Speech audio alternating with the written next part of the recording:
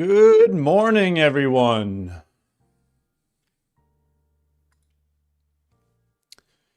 Good morning, good morning, good morning.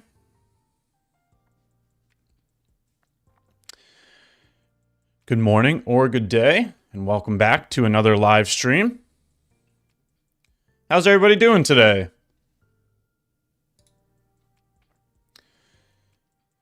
How's everybody's week going so far? Very excited to get back on here with you all. Another day, another chance to gain more conviction in our business. Good morning, good morning, good morning. How's everybody doing today? Going to give a moment for people to join, and then we'll get into some of the conversation. Good morning, Triss. Good morning, Wash. Good morning, N Cool.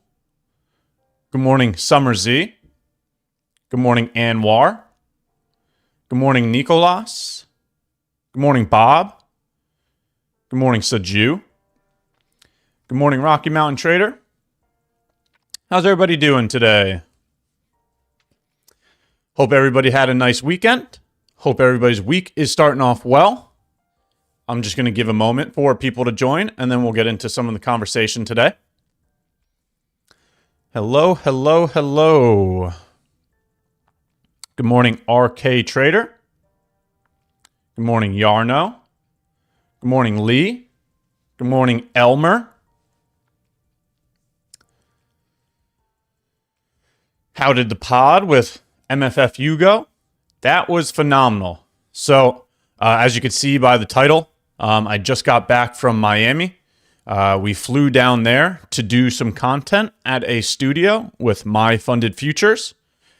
That content is going to be beautiful. Let me tell you, the studio that we went to, it's the same studio that Riz from Words of Wisdom does his content, and now I could see why. The quality of that studio was top tier. The production was top tier. It was a great experience, and we got a lot of content from it. You will definitely see that come out. That is their content, though. So when that comes out, it's going to be coming out on their channel. They flew me down there. The content was regarding some of their information. So that's going to come out on their channel. I will definitely announce it when it does, because I definitely want to see it myself, and I want to make sure everybody else gets access to it. But very good time. The weather was beautiful, so I don't know where you all are at, but it was warm down there. At one point, I had to stay inside because I didn't want to get sunburnt and then look like a cherry tomato on the screen. So that's how warm it was. Good morning, John. Hope your day is going well. Good morning, Edward. Hope your day is going well. Damien, what's up? Son of Wall Street, good morning. Connor, good morning. AO, good morning. The Flex account is a first-time purchase. So if you're talking about the $20 off for the Flex account, that is a one-time purchase for the user. So if you've used it already, that's why it won't work again. Good morning, Wright. Good morning, Zebis. Good morning, Jared. Good morning, Maya. Hope everybody's day is going well. Hope everybody's week is going well. We'll get into some of the information here shortly. Just giving some time for the community to join, and then we'll get into the information. Hi, what's your win rate? In 2025, I finished with a 50% win rate and a 1 to 2 risk to reward. I was happily net profitable on the year. So, side note, since it's tax time, make sure that, any 1099s that you get from these prop firms are being handed over to your accountant so that they can be filed during tax time. So, if you made money this year, the prop will send you a 1099. Make sure you give that to the accountant. Jip Smith, good morning. Basim, good morning. Kathy, good morning. But yeah, 2025 went very well. 2024 also went well. I'm currently on 2 years in a row of minimally one payout per month. I sent the records of that on both Twitter and in my Discords. You can see that there. Sathish, good morning. Hope your day is going well. So that just goes to show, you don't need to have an astronomical win rate. Okay, for any of the individuals that, are getting a little emotional or mentally deterred because they're not at the win rate that they want, well, you don't need an astronomical win rate. Okay, at a 1 to 2 risk to reward, a 50% win rate, you will be net profitable. Now, there's a catch to that statement, and this is what everybody needs to understand. It also doesn't matter which win rate you have if you're going to blow up. Right? Let me give you an example. Let's take 10 trades and you win 9 of them. So you have a 90% win rate. But the trade that you lose, you fully tilt and blow the entire account. Can you see how a 90% win rate doesn't matter if the loss that you're going to take is going to lose your entire account? Okay, so you have to understand that, you got to manage your risk at all times. It's not the win rate that matters. It's not the risk to reward that matters. It's not the strategy that matters. It's your ability to handle the risk management.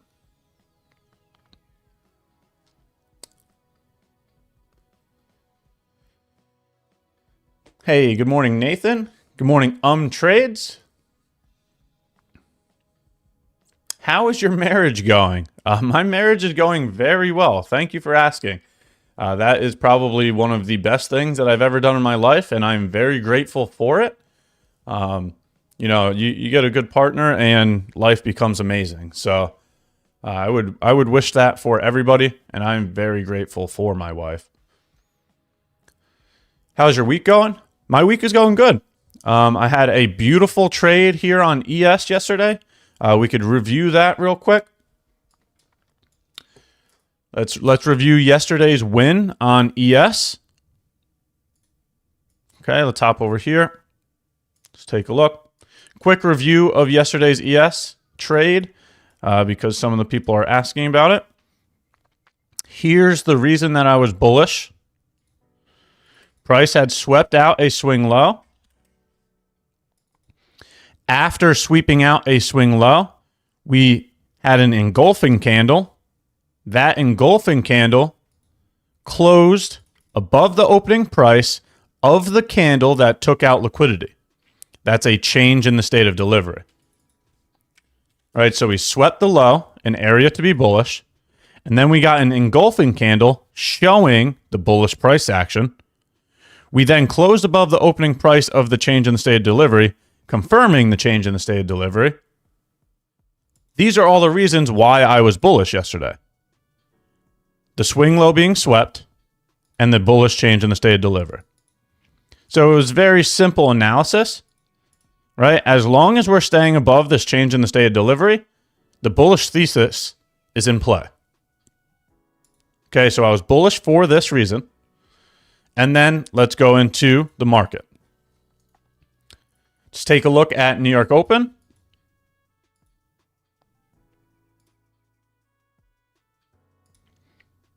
All right. Here's New York Open. Now, when you're bullish, what we need to look for is bullish key levels at New York Open that have SMT. Okay? Take a look at this. You can see all of these FEGs in here. I'm marking multiple of them. There's one here and one here. I'm just marking both of them to show bullish FEGs. That's a key level for a bullish bias, along with a swing low. Right? There's another swing low right here. So multiple areas for a bullish bias. Okay? When we have a bullish bias, we're looking at these key levels at New York Open, and we're looking for SMT. Okay, so let's go over to the correlated pair of NQ. And what do you see here? Right, this is extremely clear. NQ took out the swing low. ES did not take out the swing low. That's bullish SMT. Okay? You get your first insight of bullish SMT right here. So this is the moment in time that you can go down to a lower time frame and start looking for an entry function. Right? So the entry function is any form of change in the state of delivery. Whether you want to use an inversion, whether you want to use a change in the state of delivery, whether you want to use a breaker block. All of those are a form of change in the state of delivery. So seeing the SMT here, we'll get rid of that one. All right. Seeing the SMT here, this is the moment in time where you're just waiting for a change in the state of delivery. Right? Any form of change in the state of delivery here is going to be the key to actually execute now. Okay, so this is also key. Now look at this. Okay, that's not what the candle looks like yet, but take a look at this. This is also important. Ready? You have this SMT here. You also have this SMT here. Excuse me. Notice how ES did not sweep out the previous 15-minute candle low. Notice how NQ did sweep out the previous 15-minute candle low. Okay? You have multiple forms of SMT here at a key level. The market is tipping its hand saying it's time to execute, right? We would want to execute on the stronger pair, ES. We want to long the stronger pair. We want to short the weaker pair. So it's very clear here that I need to get over on ES because we're at a key level, right? Look, we took out all of these swing lows. These are all key levels for a bullish bias. We took out a bunch of swing lows at New York Open, and when we did that, we're creating multiple forms of bullish SMT. To me, that says go look for a bullish entry function.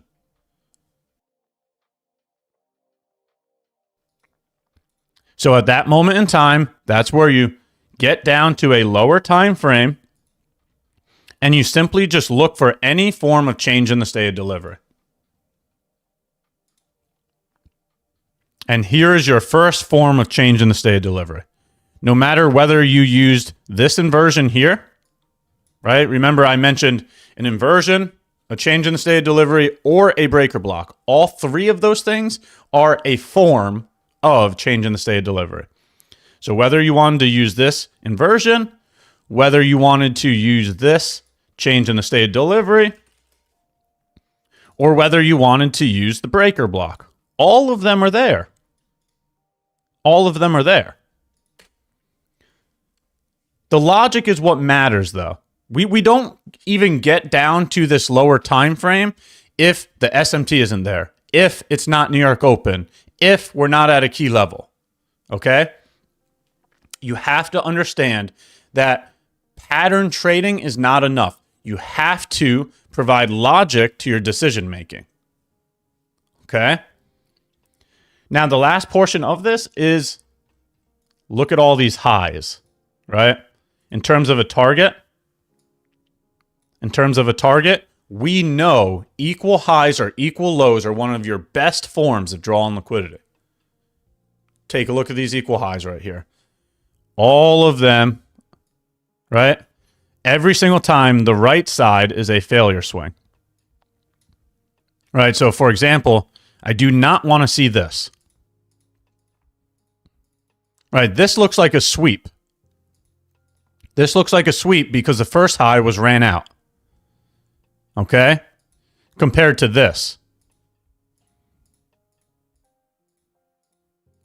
Right, now the highs were never ran out, and now it looks like there's liquidity resting above the highs. That's what this is right here. 1, 2, 3.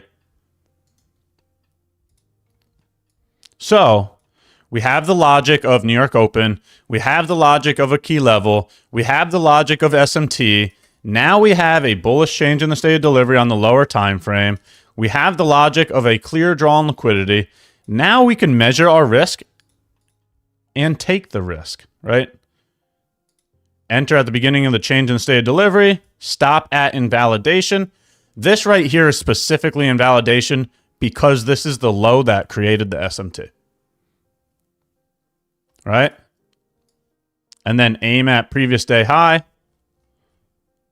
Somewhere in here. No, right here. Aim at previous day high.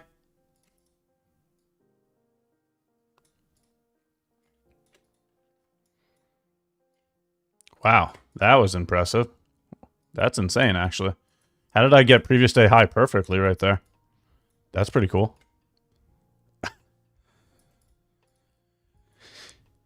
You get the change in the state of delivery, and at this moment in time, this is your first opportunity to take a trade. Enter at the beginning of the change in the state of delivery and aim for the target. Beautiful trade yesterday. Absolutely beautiful trade. $750, $760, whatever it was. Yeah, $700 for an hour's worth of work. I mean, that right there is why we day trade. What a beautiful position yesterday. All the people in the premium group were able to watch that live. Additionally, I just posted on Twitter a recap of that live stream. So you can also see the real-time analysis. You can see the real-time executions. This is from the premium live stream. So this is the actual trade itself.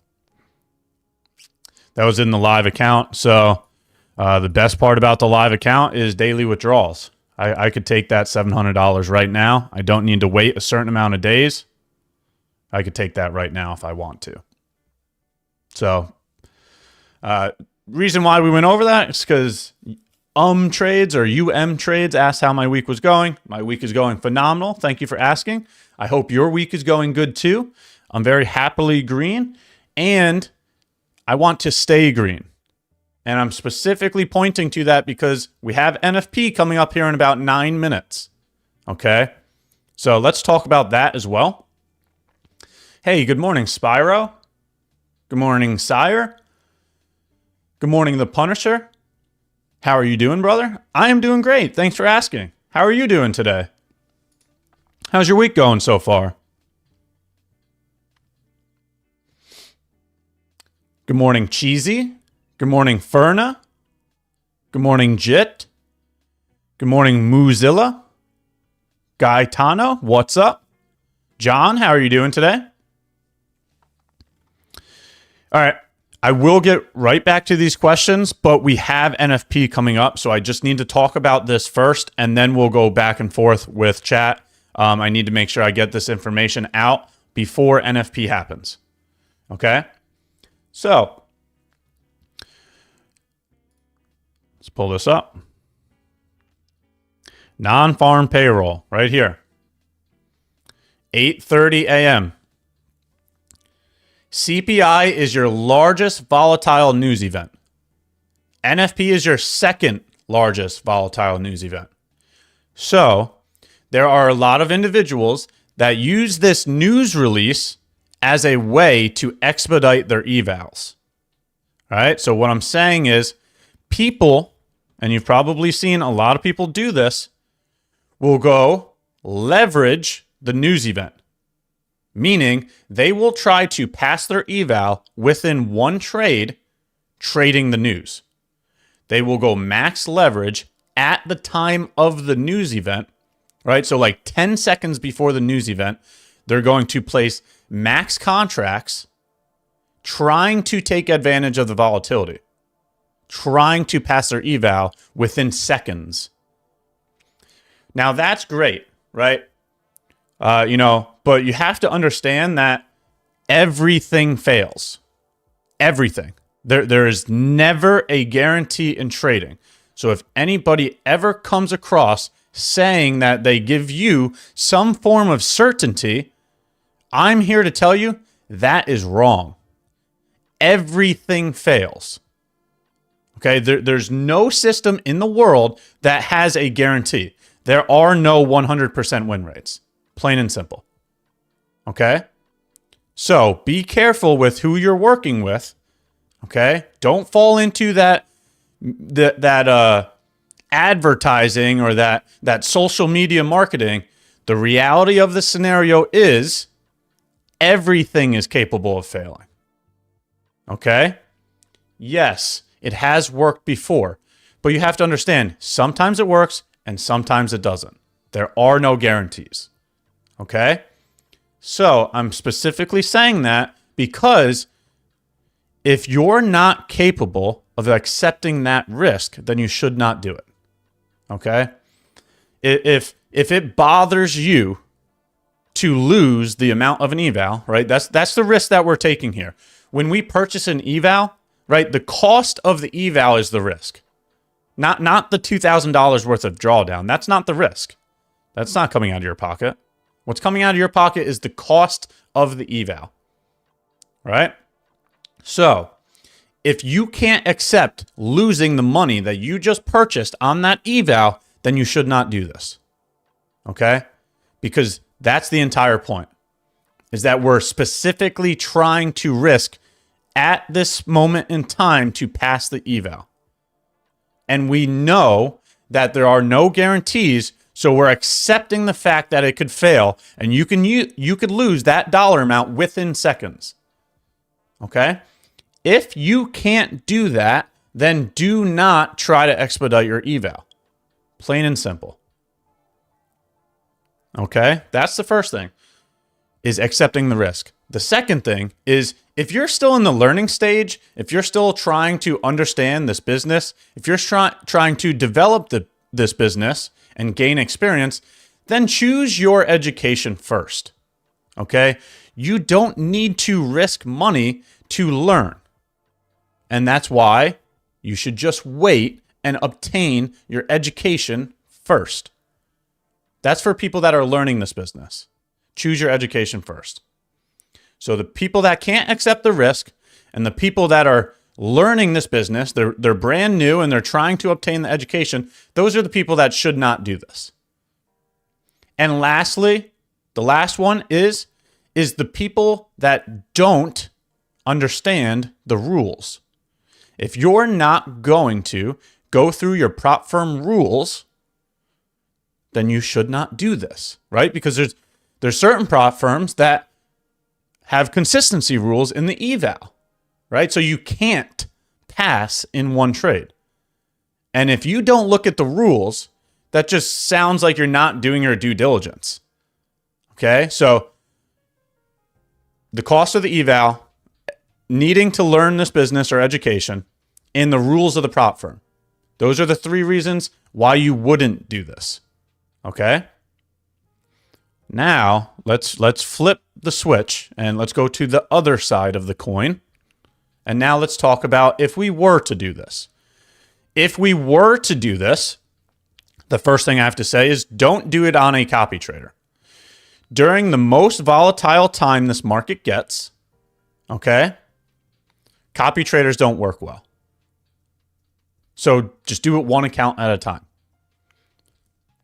Now, if you are going to do it one account at a time, I'll show you, because it's coming up here in just another minute. So we got 2 minutes, okay? And this is what we would do. We're going max contract size, and you're placing a buy stop above price, and you're placing a sell stop below price. You're trying to short on the way down. You're trying to buy on the way up. Okay, so we're going max contract size on shorts down here. We're going max contract size on longs up here. This is a buy stop. This is a sell stop. And then you obtain the amount of points that will allow you to pass the eval. Okay, so we got another minute here, and let's see what happens. Plain and simple, for the people that are trying to pass their evals, okay, they're going to go max contract, sell stops below price, max contracts, buy stops above price, and the amount of points that they need is what would pass the eval, right? So if you need 30 points, if you need 25 points, do the math to understand how much money you need to pass the eval. Let's see what happens here. We got 20 seconds, 30 seconds, sorry. Okay. Let's see what happens here. 20 seconds. This is where we would start to get ready. All right, 10 seconds. This is where we place buy stops above price, place sell stops below price. Now we're ready to go. And let's see what happens. Wow. Wow. So if you didn't get triggered here, you probably passed the eval because that was quite the move. Instant move higher. Instant move higher. Instant move higher. What a move. What a move. That is one candle, 250 to basically 350. About a 100-point move. Did anybody expedite their evals? Did anybody expedite their evals there? And if you did, what was the result?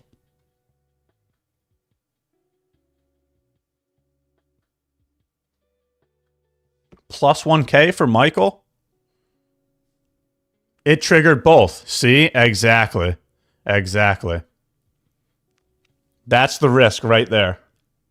And that's why I said there is no guarantee. If you got triggered on the short there, then you failed.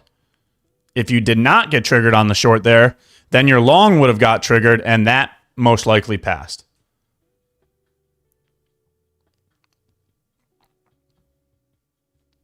$130K jobs versus 65K expected. Wow. Wow.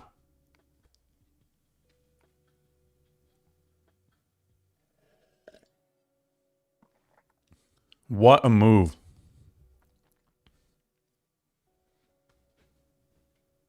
What a move.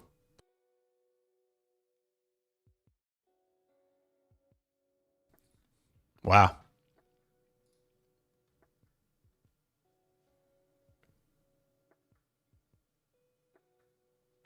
Past the 50K. Congratulations, Summersy. Very good job.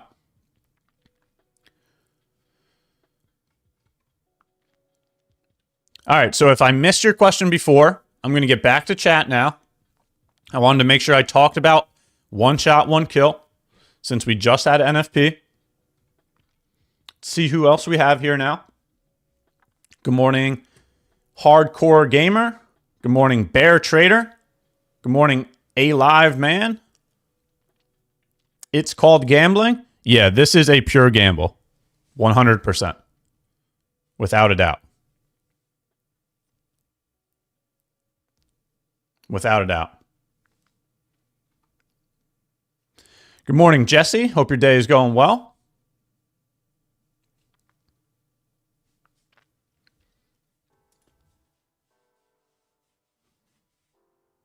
Crazy move there.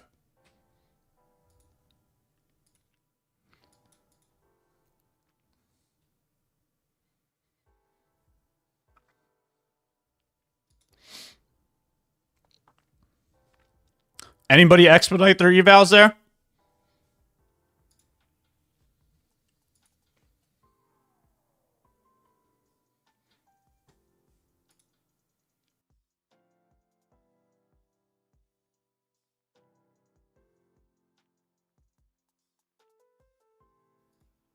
What a move.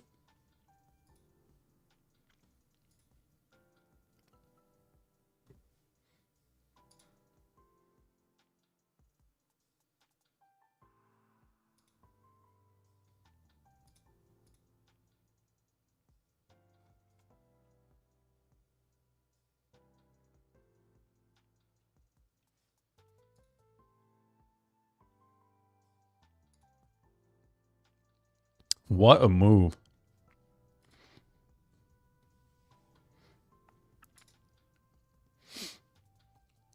All right, and now that's out of the way, we could start the game plan for today as well.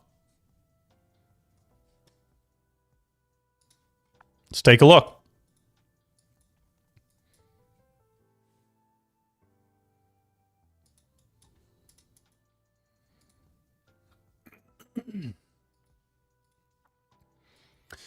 All right, so here's why I'll be bullish for today. Take a look at this.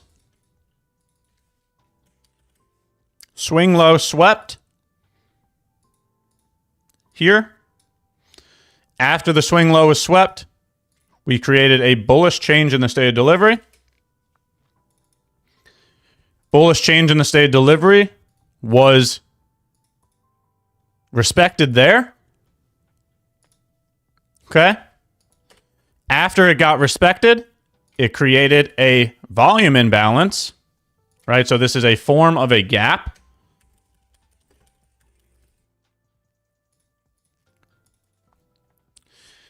Now that we have the volume imbalance, right? That's what I would be using as my higher time frame point of interest, right? I want to see that volume imbalance provide support for bullish continuation higher to target here. Right? So this is what I'm looking at right here. Price getting supported by the volume imbalance to run higher for the targets.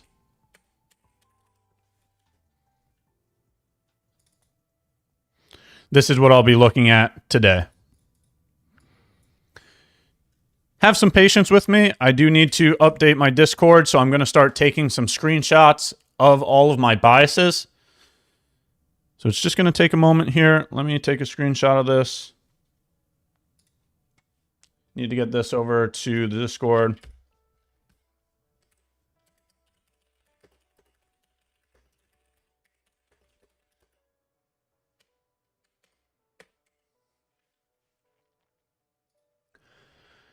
All right.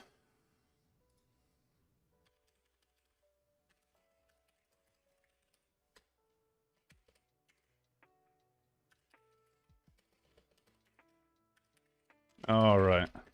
Daily chart bias. Looking for bullish continuation to the highs. All right. NQ.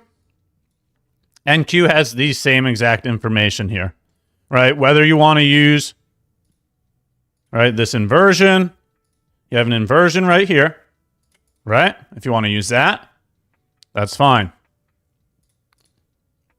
You have this volume imbalance that is also now an inversion. That's also fine. All right? You also have this volume imbalance here. All right? Clearly, this is an important level right here because look at all the different higher time frame points of interest. This bearish gap that got invalidated. Right? So this right here got invalidated. You have this volume imbalance here that got invalidated. We created a new volume imbalance here. Okay? So, do you expect data lows to be taken before continuation? We'll talk about that in a second. Let me just get through my biases here. We're creating a game plan for today. So let me just complete the analysis of the higher time frames first. Okay, so I'll be looking for continuation higher from the volume imbalance.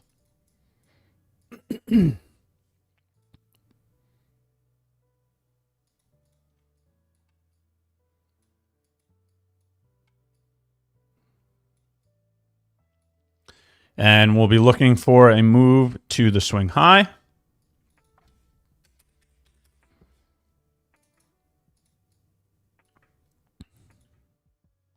Now, I don't think they'll complete the move today, but that's the overall target. So let me get a screenshot of this as well.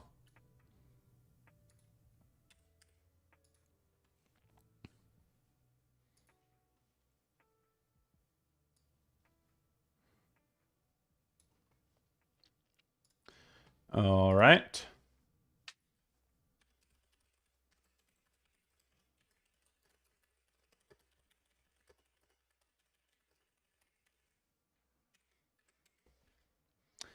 Cool. NQ and ES, bullish, looking for continuation higher. Oil. Oil, this is going to be an important level. This is going to be an important level because of this right here. This was a new week opening gap. So I need to see what happens here. Okay, I don't have a bias for this. What I need is more information. This is the information that I'm looking for to understand the next bias. If we invalidate this gap here, then it looks like we're targeting this high.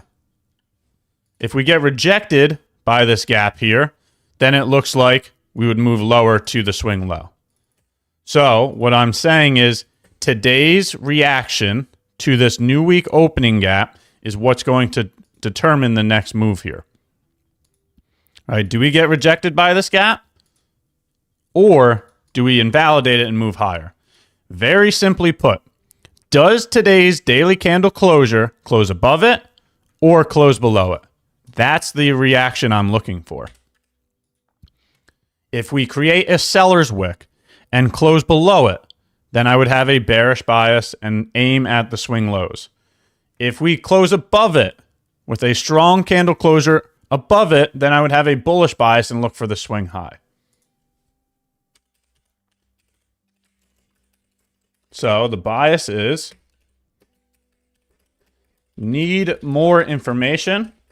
I will be watching the daily candle closure here to understand whether we get rejected by the new week opening gap or not. All right, perfect. Do you trade after NFP is done? I have scheduled breaks. You can see that in the pinned messages of the Discord. CPI, NFP, FOMC, and bank holidays. Those are days that I do not participate. Those are scheduled breaks for myself.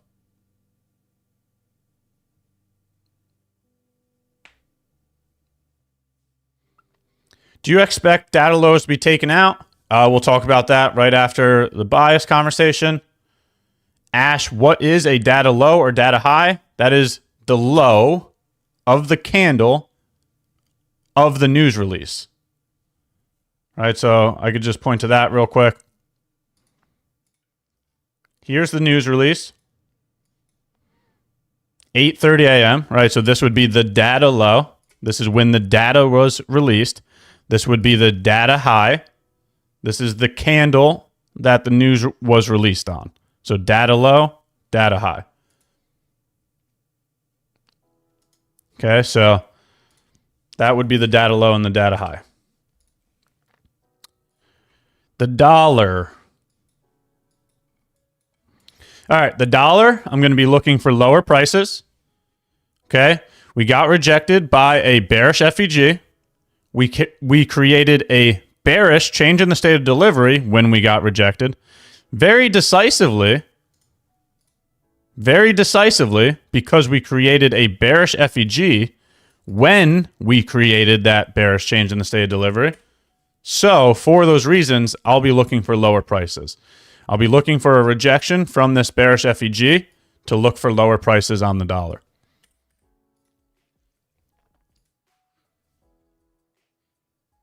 So bearish dollar, no bias on oil, bullish NQ and ES.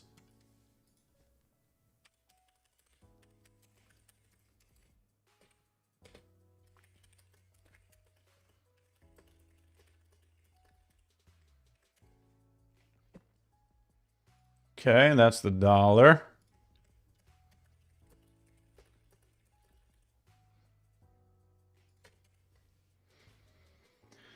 And so euro is inversely correlated to the dollar, right? So it should be moving opposite of it. And that's why we have the same information here, just a bullish version of it. Bullish imbalance, bullish change in the state of delivery, bullish gap. I'll be looking for higher prices because of it. So let's see if euro gets supported by the bullish gap.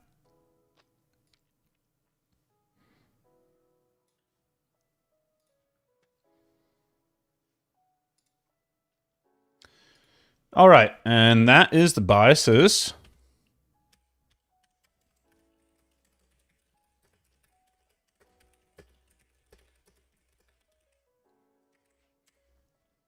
All right, now we got all the biases updated. Hop back over here.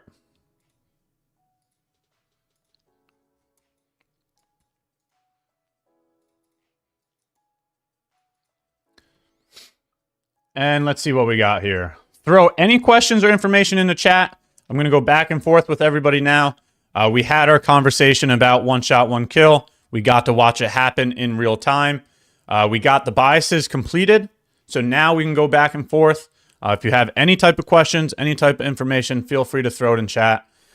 Do me a favor, like the video, sub to the channel. We're going to continue to keep going live throughout the entire year. Okay, there are going to be some breaks. For example, Nate is getting married this year, Mr. White Chocolate. So we have his bachelor party the beginning of March, and then his wedding is in May. So those are really the only breaks that I'm looking at. It's just a couple of days. It's not even anything. It's not a long break. It's just a couple of days. But other than that, we will be going live here on my channel. We'll be going live in the premium group. We will be going live on My Funded Futures.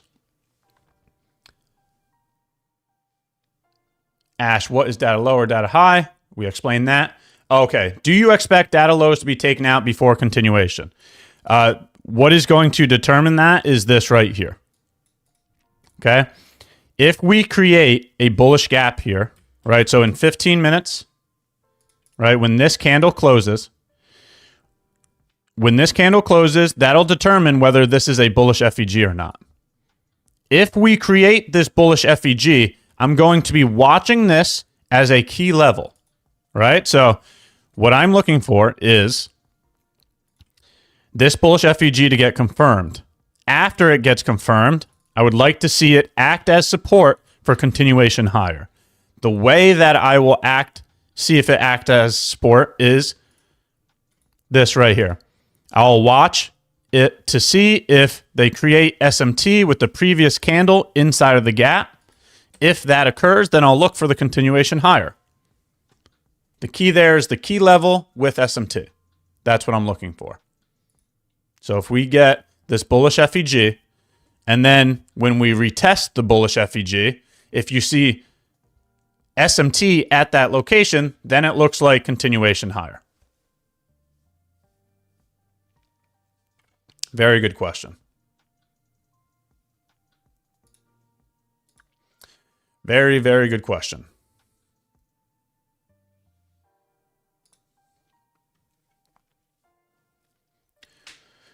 Good morning, Ash. Hey, good morning, Ascent. Hope your day is going well. Good morning, Ash. So far, good morning. How are you doing today? On NQ and ES, would you look for a change in the state of delivery on the 15-minute or the hourly for an entry on a bullish continuation? Either one of them works, right? So you're talking about a change in the state of delivery. We already have one right here, right? The candles that took out a swing low, right? The series of down close candles that took out a swing low, right? So this is already a bullish change in the state of delivery on the 15-minute chart. You already have that. So I don't need to look for it. It's already present. And it doesn't matter whether you're talking about an hourly or a 15-minute. Both of them have already occurred, right? So this one would be the hourly one right here. The down close candles that took out a swing low. Right? It's the same thing, whether you're using the 15-minute time frame or the hourly. Both of them are present.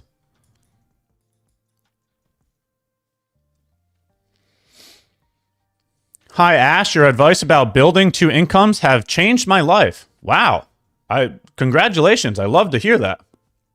2 years later, excuse me. I don't know why I can't read. 2 years later, trading is a serious income.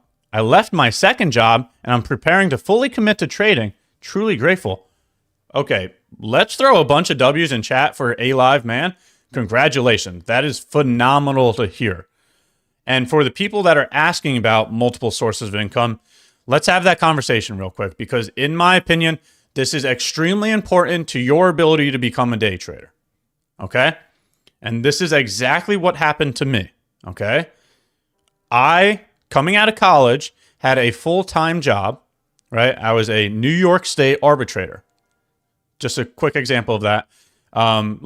So when Geico rear-ends Allstate, and they can't decide who's at fault, they'll go to a third party, an arbitrator, to make the decision for them. Right? So that's what I was doing. I was helping insurance companies come to resolutions. Okay? I was a New York State arbitrator for a handful of years during college and coming out of college. That was my main source of income. That was a full-time job. It was a 9 to 5. It was a salaried position. Okay? That was my main source of income. That is what covers the bills. That's what makes sure there's always food on the table. That's what makes sure that the lights are always on. Okay, so your main source of income needs to keep you safe. And notice how I'm specifically talking about paying the bills. I'm not talking about starting this business. Your main source of income is your safety. Okay, that keeps you safe, that keeps your family healthy, that pays the bills. That's your main source of income. Then, right, on the weekends, go work a second job. Become a waiter or a waitress. Go drive Uber, okay? Go start a second job during the days that you have off. Yeah, work more. Work more. Seriously. If you truly want to start this business, you need to put more time in. Plain and simple. First job covers the bills and keeps you safe. Second job is the money to fund this business. Okay? That's why we work the second job, to create the funds to start this business. Okay?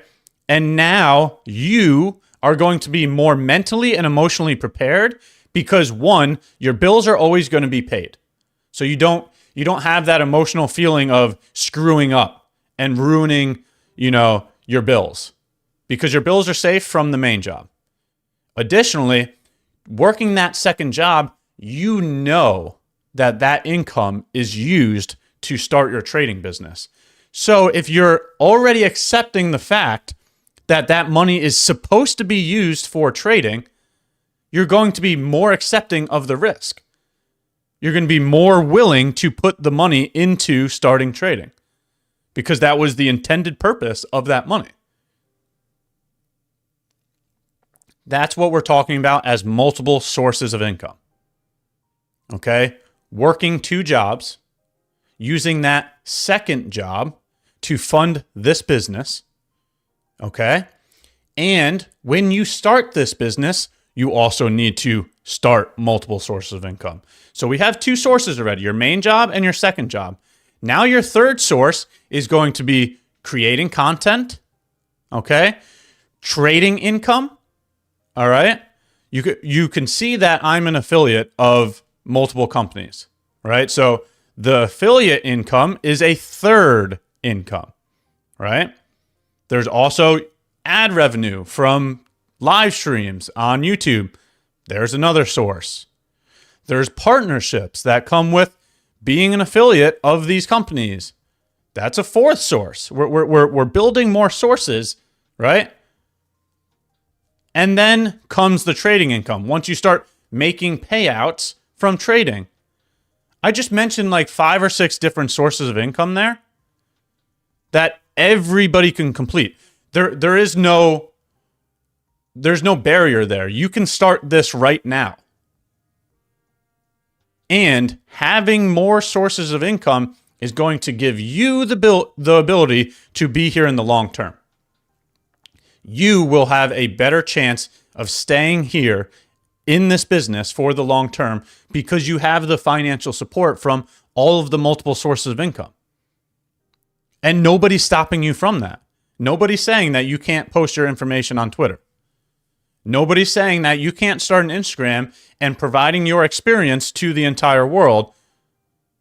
Nobody's saying that you can't make trading payouts. Multiple sources of income is key. That is what's going to help you develop this business. I personally think that everybody should be doing that because it's going to help you mentally and emotionally while you're in a trade, right? Because if you don't rely on the trade working out, right? If you're safe and sound because you have multiple sources of income, then you're not going to care about the result of one trade. You don't rely on needing to win because you don't need to win because you have multiple sources of income. Then you can fully accept the risk and allow the trade to do whatever it wants to do. Okay, so I have no problem sharing my experience. If anybody has any questions about that, feel free to ask questions. I want to help everybody in every aspect of this business.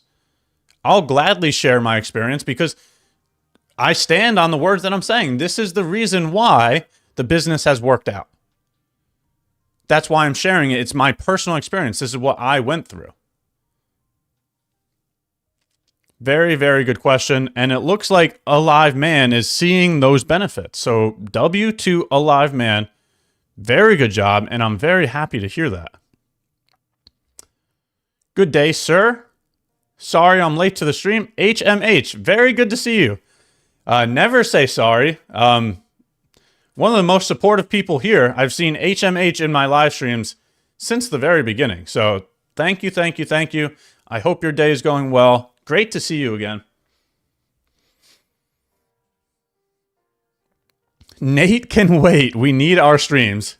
Hold on. So maybe I should just stream the bachelor party and stream the wedding. Maybe that's what we should do. We'll stream his bachelor party. That'll be perfect. Ash, what are the two incomes you were talking about? I just covered that during that conversation. I was probably just late to that comment, but a very good conversation there on multiple sources of income. I highly suggest everybody starts working on that. Just passed my 50K. Let's go, Maya. Let's go. Congratulations. Ash, are we going to have some PDFs for changing the state of delivery or just an explanation from today's live stream? We could definitely get PDFs going for that as well. Is that ES's new all-time high? Give me a second here. I just noticed. No, not yet. We have, what is that? Oh, 743. Not even close. But you're getting that continuation here. We're now at previous day high. So it looks like the bias was correct there.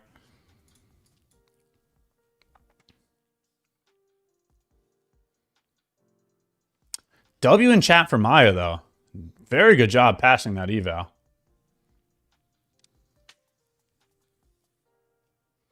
I hope I can keep this. All right, Maya, let's talk about that for a second.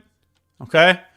One of the positive ways of approaching an eval is delayed, excuse me, not an eval, a funded account. Now that you're in the funded account, we need to deal with delayed gratification, okay?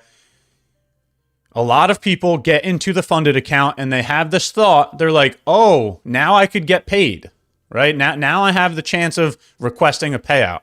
And that feeling itself makes them rush the process. They think it's their chance to hit a home run, and it's not. It's not. What I have to say about that is you need to do everything you can to stay in that funded account. All right? It's more important that you keep your expenses low, okay? Your expenses are your purchases of the eval. The way that you don't make more expenses is by staying in the funded account and not purchasing another eval. The way that we're going to do that is limitations on the amount of trades you take per day and per week. So let's set that right now because you're going into the funded account, right? 1 trade per day, maximum. 2 trades per week, maximum. The next thing we need to do is position size accordingly. Get off the minis and go to the micros, right? $2,000 worth of drawdown is not a lot to work with, right?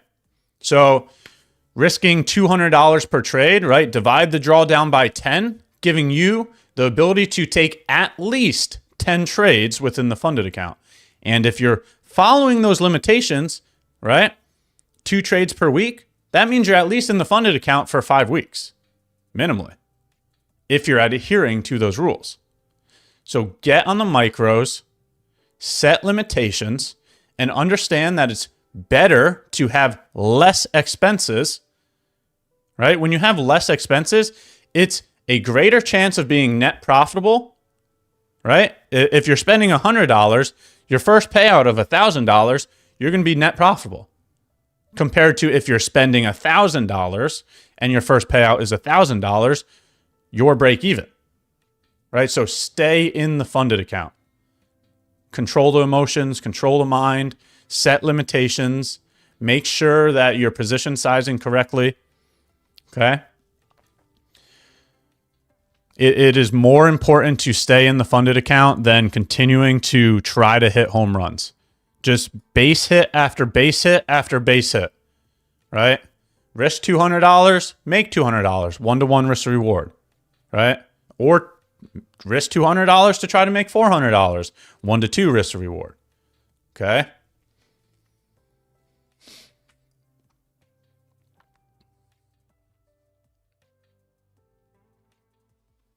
Hey, Ash, what do you do? Hey, Ash, what do you decide if NQ extends working hours of 24 hours? Nothing changes for me. They've been talking about that for a long time. It still hasn't happened yet. Even if it did, nothing would change for me. I look to execute at New York Open.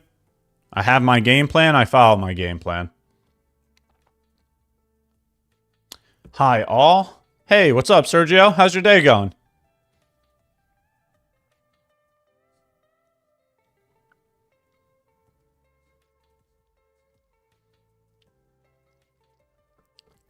How do you trade when an asset is at all-time highs?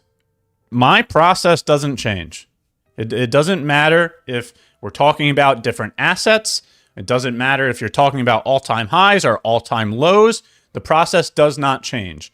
Fall in love with the process. Allow the result to be a byproduct.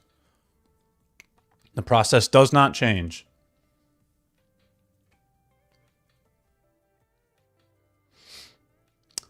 Dixie pulling back now. Yep. So that makes sense. Exactly what we pointed to on the bias, right? Getting rejected from a bearish FEG. That's the reason why I had talked about being bearish here on the dollar. You also have this gap here, right? So gaps tend to get filled. I wouldn't be surprised if they want to go fill that gap, which that would allow NQ and ES to keep reaching higher.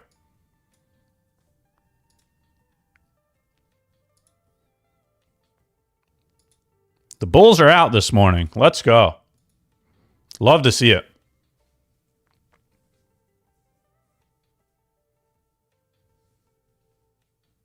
Love to see it. Very beautiful move so far this morning. Did they both take out? We do need to be careful of this. I want to see them both take this out. Right? Well, that's got to be previous day high, right? Yeah. All right. So we are at an important level here. Yeah. All right. So this is an important level for the bulls. Okay. NQ took out previous day high. ES did not.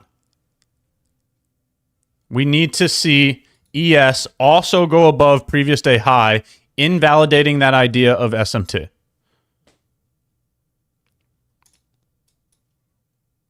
So we'll probably get that during New York Open. We'll have to wait on that.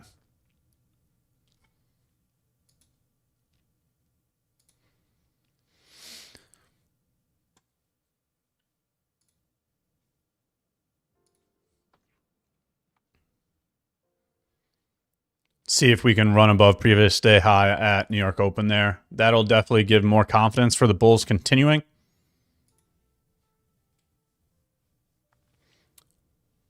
Can the 15-minute orb work with the way that you approach risk?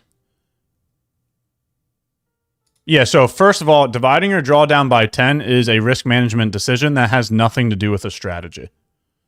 Right? It is your decision on how much money you're willing to risk per day. That has nothing to do with the type of strategy that you're using. Right? If you divide your drawdown by 10, you can do that with inversions, orbs, breakers, trend lines, RSIs. It doesn't matter what strategy you use. Your choice on how much money you want to risk that day is what risk management is. But let's talk about that.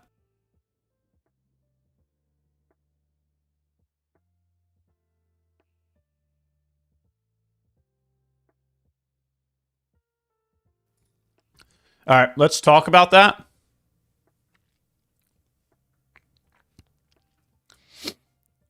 And let's look at yesterday's information.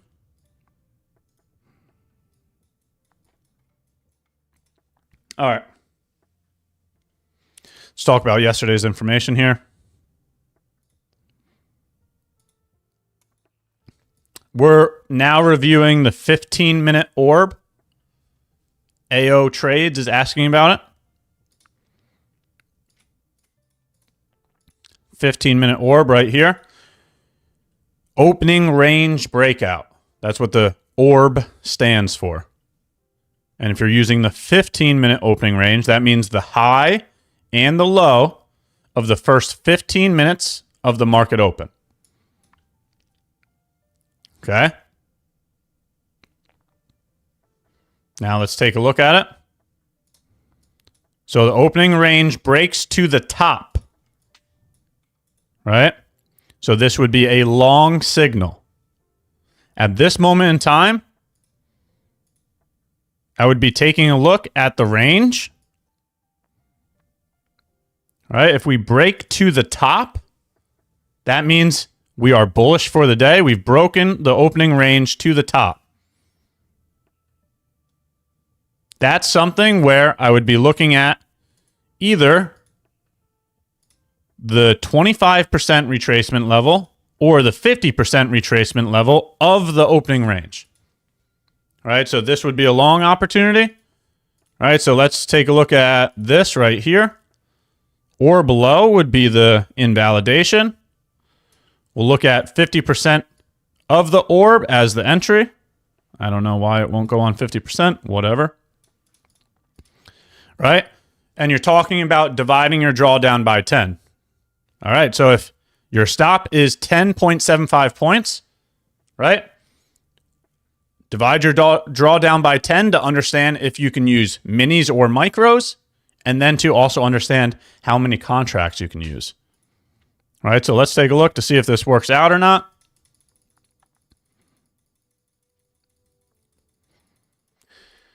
Well, if you got the 25% retracement level, that made a nice move there. Right, you probably got a nice win. This looks like a larger stop, but that's 15 points on the 25% retracement level of the opening range. So that could have been a nice W there. See if they ever give 50%.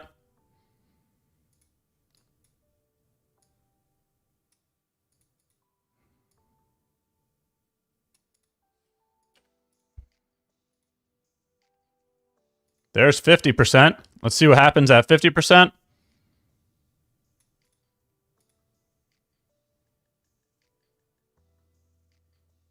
Doesn't look like, maybe nice move on 50% too. So both of those would have worked. Right? Whether you grabbed the 25% retracement or the 50% retracement. Both of them gave a nice bounce. All right, so the opening range worked there. The only thing I have to say about the opening range is that I would not use the initial break. That's the only thing I wouldn't do for opening range breakouts. Right? Buying a breakout, I don't buy above old swing highs, in my opinion. I'd rather buy below old swing lows or inside of bullish gaps. All right, look at this gap here. So whether you took the 25% retracement level or the 50% retracement level of the opening range, after you got confirmation of direction, both of those trades worked out. Nice moves there. Nice moves there.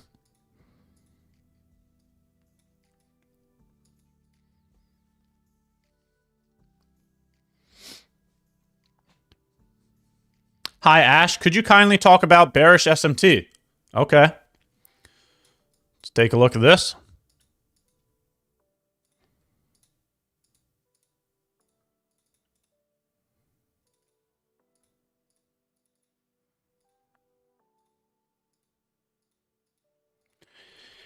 All right, bearish SMT. First things first is you need to be looking at two correlated assets. All right, so let's imagine one is NQ. Let's imagine one is ES. They are correlated assets. Next thing is that you got to be looking at the same 2 points in time. Okay, so let's imagine the first swing high is 10 a.m. Let's imagine the second swing high is 11 a.m. All right, so on correlated assets, we are analyzing the same 2 points in time on both assets. So this is 10 a.m. here. This is 10 a.m. here. This is 11 a.m. here. This is 11 a.m. here. So we're analyzing the highs for bearish SMT. We're analyzing two correlated assets. We're analyzing the same 2 points in time. Okay? When two correlated assets do something different at the same 2 points in time, that's what bearish SMT is. They did something different here because NQ ran above the 10 a.m. high. Right? Notice how price went above the 10 a.m. high here at 11 a.m. Notice on ES at 10 a.m., price never goes above that 10 a.m. high at 11 a.m. That's bearish SMT. Okay? ES would be the weaker pair because it made the failure swing. It made the lower high, whatever you want to call it. I want to short the weaker pair. So in this example, I would want to be shorting ES because of the bearish SMT.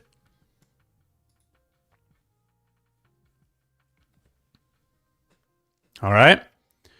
Next things to understand are I want this to happen at New York Open at a key level. Right? So imagine this is New York Open here. All right, 9:30 a.m. New York Open. Imagine this is previous day high, right? We want to be shorting above old highs. Right? So at a key level, at a key time, I'm analyzing the highs between two correlated assets. If something happens here, right? So if a crack in correlation, if SMT, right? That's what a SMT is, a crack in correlation or a divergence, whatever you want to call it, it doesn't matter. If at an important time, at an important level, we see a crack in correlation, this would be something that would make me look for shorts. And when using bearish SMT, I want to short the weaker pair. I know this is the weaker pair because of the failure swing, right? It made the lower high. That's how I use SMT. Now, it's the same exact thing for longs, right? But we're analyzing the lows. All right, so I'm not going to go through the entire explanation again. Same exact concept, but when you're analyzing bullish SMT, you analyze the lows, right? This one swept the low. This one did not sweep the low, right? So this one would be the stronger asset. I would want to long this one. All right, so if you need any more explanation on that, feel free to ask any questions. right? So now let's bake that into how I trade, right? So this is how I trade. Heading into New York Open, I create a game plan every single day. That game plan is time, right? It starts with time. I want to be executing at New York Open. Next is bias. That's where I get on the daily chart and I look at swing highs, swing lows, and FVGs to create a bias, right? Today I'm bullish. I explained earlier my biases, right? So I'm waiting for New York Open. I created a bullish bias, and then during New York Open, I'm looking at key levels, right? London session low, previous day low, a swing low, right? Those are locations. Those are key levels where I would want to look for a long, right? So a key level with SMT. This is how I use SMT here, right? So at New York Open, when I'm bullish, I'm looking at bullish key levels and I'm looking for bullish SMT. If these three things happen, then I will go look for an entry function. If those three things don't happen, then I do not look for an entry function. All right, now stick with me here. Let's do that real quick. Stick with me here. Let's put all of that information into play now. Actually, let's just watch this. Right? I don't even need to explain it. Everybody watch this with me. This is the explanation that I was just having about SMT. Ready? You did not. Watch this right here. I am bullish for today. The reason why I'm bullish is the weekly outlook. We swept out the swing low here. After sweeping out the swing low, we went and closed above the down close candle that took out liquidity, which would be a bullish change in the state of delivery. Price respected it beautifully. Therefore, for me today, bias remains the same. On top of that, we also have some SMT here. We're on the hourly chart. Look at how ES swept out the low inside of a bullish gap. Notice how NQ did not sweep out the low inside of the bullish gap. That's bullish SMT at a location of a bullish gap. Additionally, neither one of them took out the highs. So in my opinion, it looks like previous day high needs to be ran out. Now we understand our game plan for the day and what we're looking for. Let's see what they give us at New York Open. A few moments later. This would be something worth considering. SMT there at the lows. We'll wait to see if there's any change in state of delivery. 9 points for a stop. Look for new high day.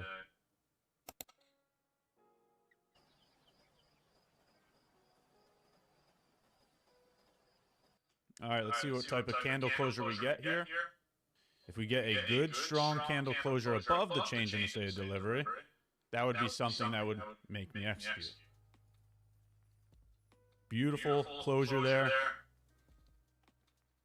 Let's see if this becomes a bullish change in the state of delivery to target the high. This is about $500 of risk.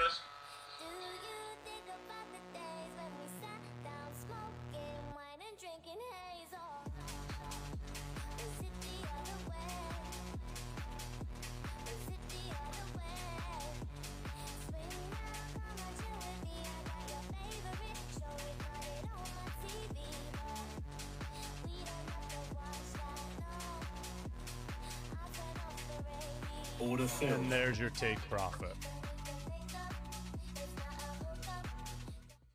All right. So that is also the explanation of the SMT that happened yesterday. All right. So I'm creating a game plan. I'm waiting for New York Open, looking for a key level, waiting for SMT to occur. Then I go look for an entry function. Perfect explanation for the SMT, and I just realized that's probably going to get struck down, isn't it? I probably shouldn't have played that because of the song, right? Or did I just get this live stream struck down, or how does that work? I didn't even think about that. Is that song going to screw this live stream? It probably is, right? Unfortunate. Unfortunate. We'll see what happens.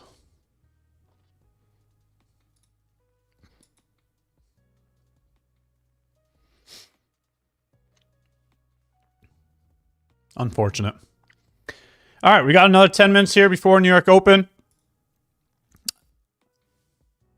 If you have any questions, any information, feel free to throw it in chat. Ash, if there's a higher time frame key level just below or just above another key level on the 15-minute with an entry function present, is it an A+ trade or should I wait for the hourly to get mitigated? Don't use so many time frames. All right, that's what causes information overload. The question you just asked me there is not a part of my process. That is not a thought that I have. That is not something that I look for, right? Adding too many thoughts to a process is going to cause information overload, right? I do not own the rights to that music. I don't. So, sorry, YouTube. I was just trying to show the community the position from yesterday. Don't strike me down. That's not a part of the process, though. All right, don't fall into information overload. For example, right, I've spoke about this before, but I'll say it again. If you have a checklist of 20 different things to get into a trade, you're probably never going to find a trade because it's very hard to check off 20 things every single day. Now imagine a checklist that only has 1 or 2 things. There's going to be many more opportunities and a lot less information overload. So personally, I just wouldn't do that. I don't do that right now, so that's not a part of my process. Yeah, analysis paralysis is part of my downfall. So that's an issue, right? Because if we can't even get in or out of a trade because we don't know how to identify a trade, right? That's just as bad as fear or greed. That's just as bad as overtrading. If we can't even get into a trade because we're so confused by the information, how are we ever going to know what is a trade? Right? And that's why I always do this right here. These are really the only 4 things that I look at. Like when I'm trying to determine if there's a valid trade, 1, I'm making sure I look at New York Open. That's the first criteria. 2, I need to be able to understand the higher time frame, right? My bias. Oh, I just wrote it twice.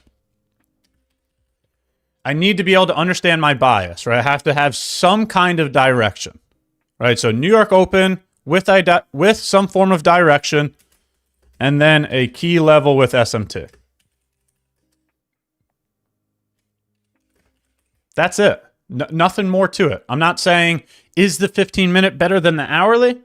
I'm not analyzing the 15-minute, the hourly, the 4-hour, the daily, and the weekly, right? That's too many time frames. All right? Simplicity brings clarity. Only use 1 or 2 things that you can clearly identify and execute.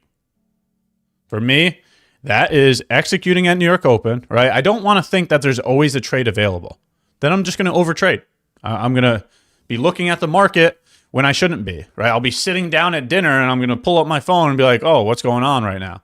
When I should be talking with my wife and spending time with my family, right? So set these type of limitations so you know what is and is not a trade. Put a defined time limit on when you look for trades. New York Open. When looking, try to be on the same side as the higher time frame order flow. Then look at key levels with SMT, and once you do that, look for an entry function. All right. Chat, give me 2 seconds. It feels like there's something in my eye. I'm just going to go rinse my face real quick. I don't know what's going on here. Give me 2 seconds, all right?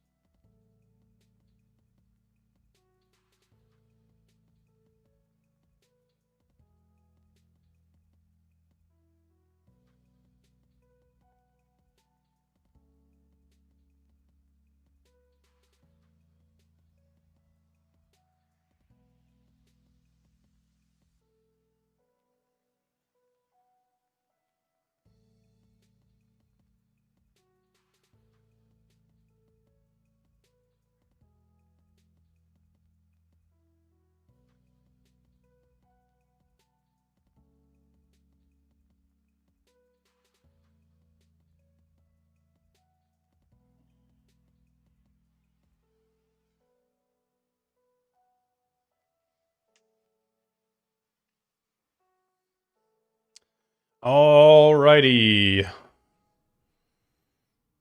Hopefully my eyes are fixed.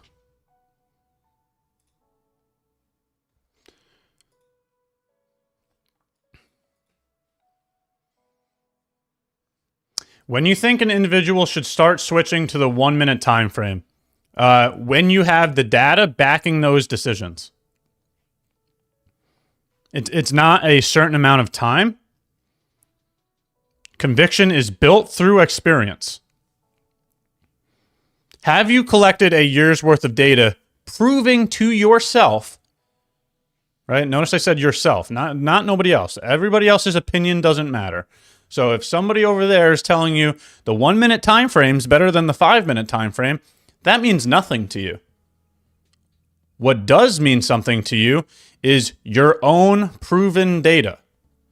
Go collect a year's worth of data and you tell me which better time frame you're executing at. Are you better at executing on the 5 minute? Are you better at executing on the 1 minute, the 15 minute? You will know that because you've collected over a year's worth of data. Those are your own actions. Those are your own executions. So that is real data for yourself, not somebody else's opinion. Conviction is built through experience. Go collect the data to prove it to yourself.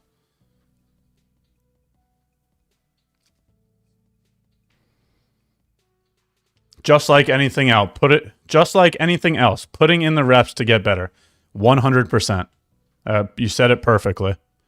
You know, Steph Curry shoots the ball 1 million times because he's building the muscle memory. He's not asking somebody else for their opinion.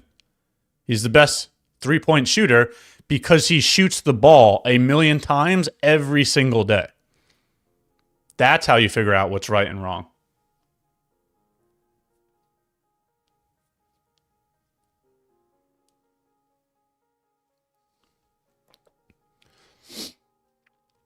If you had a 1 hour POI, yet the entry was provided on the 1 minute, would you consider taking it? Yeah. We just need a key level that shows SMT. We just need a key level that shows SMT.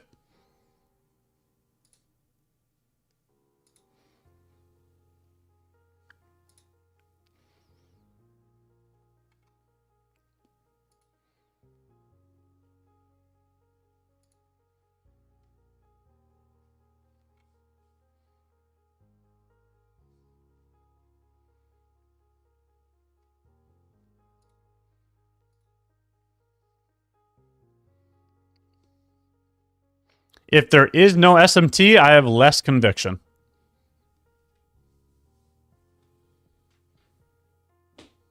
Okay, if there's no SMT at a key level, I have less conviction that the trade is going to work out. So I'm not going to sit here and say that I'm perfect. All right, 30% of the time I make mistakes. So I have taken trades without SMT. I'm human just like everybody else here. I make mistakes, and I'm okay with that. I give myself grace. I understand that 70% of the time I could be at the best of my abilities, while 30% of the time I do make mistakes. I do live in reality. I do analyze my information objectively, and I know that I make mistakes. but I try to make sure that that's not the majority of the time. I know that I'm not perfect, and that's okay. So yes, there has been times where I have taken trades without SMT, and that's what has me sitting here saying I would rather have SMT versus not having SMT. Those mistakes are what has showed me that.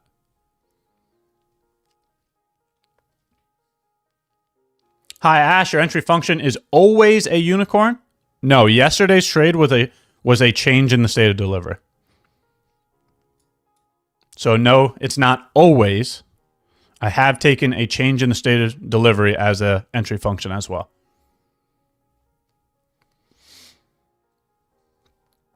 SMT, should it be on the 1 hour or the 15 minute? It seems like there's a real conversation here between which time frames are better. That's not the case here. You just need one higher time frame, right, the daily chart. One medium time frame, either the hourly or the 15 minute. One lower time frame, the 1 minute or the 5 minute. It's not a matter of which one is better. The purpose is that you need one higher time frame, one medium time frame, and one lower time frame. Whichever chart you want to use is fine, right? It's the context that comes with those time frames. Your higher time frame is your bias. Your medium time frame is the key level with SMT. Your lower time frame is the entry function. All right, so yesterday's example, right? We had both hourly SMT and 15-minute SMT. But again, that's not a part of my decision making. I'm not sitting there saying which one's better. Don't fall into the information overload. Just use one of them and move forward with it.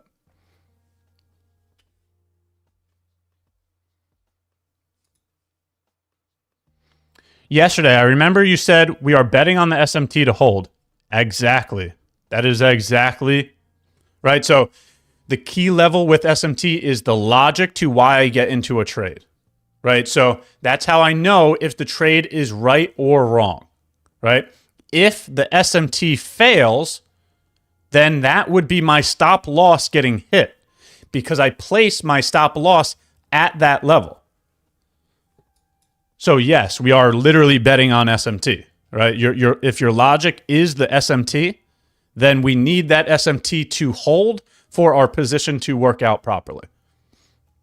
Yep. Previous day high there on NQ. Yes, probably going above previous day high as well. Very nice. That gives me more conviction that our bias of this being the target is going to get hit.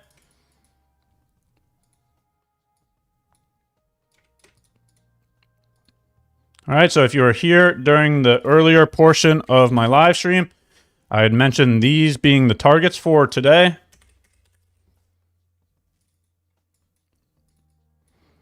And this is the reason why. Swept the swing low. After sweeping the swing low, we made a change in the state of delivery.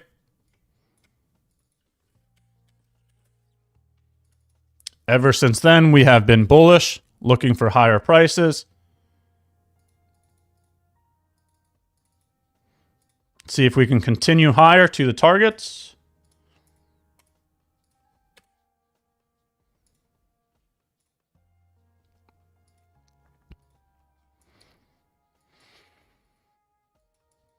All right, so even though I'm bullish, this is not the location that I'm looking for longs. Okay? You need to understand that I don't want to look for longs above old highs. I've said this a million times. We're above a swing high. So even though I'm bullish, this is not the location that I would look for longs. So I'm going to remain bullish, but I'd rather be looking for a long from a gap or a swing low, right? So in terms of my actions for this morning, I would be waiting for a retracement into the gap, either one of them, right? Let's get a retracement into the gap, then look for SMT, then look for longs, right? I do not want to be longing above an old swing high, right? This is not where I want to long. I want to long down here or down here. Okay? They're exactly, Rocky Mountain Trader. Thank you for bringing that up. There's just no way that we're longing the high of the week, right? This is, yeah. That doesn't make sense to be looking for longs at the high of the week, right? Perfect. Let it retrace. Let it retrace. Find some SMT at a key level, right? And there you go. My point has just been proven. You know, there's just no reason to be looking for longs above old swing highs. That's not a location to be looking for longs, right? We short above old swing highs. We long below old swing lows. We short inside of bearish FEGs. We long inside of bullish FEGs. So let that happen. Let that happen. Additionally, I have no interest in this right here. I don't even care if this works out. We could watch it. So let's go ahead and watch it, but I will not be taking that. Right? Yes, I agree with what you're saying. This is a bearish unicorn. If we get this candle closure, this is a bearish unicorn. It probably already is on the 1 minute time frame.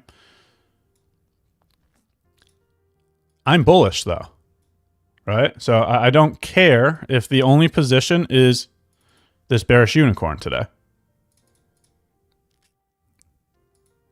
because I'm bullish.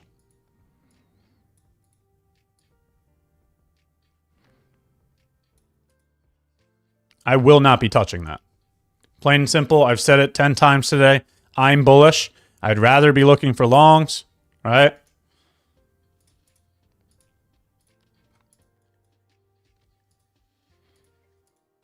Inside of a gap. Is there any SMT in there? No, there's no SMT yet.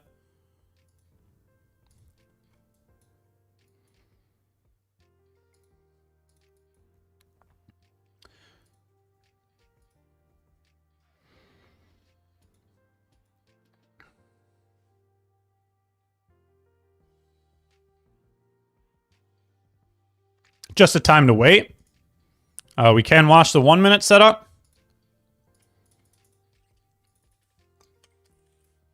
I don't know how to be any more clear than this. I will not be trading this. I'm only watching it. Once again, I am bullish. I'm waiting for a move lower to set up a bullish entry function.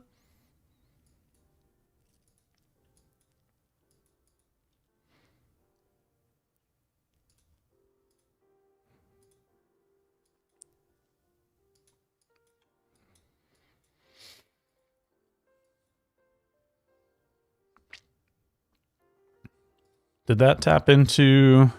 I want to see if it made it into the 15-minute gap. Ooh, close. Close.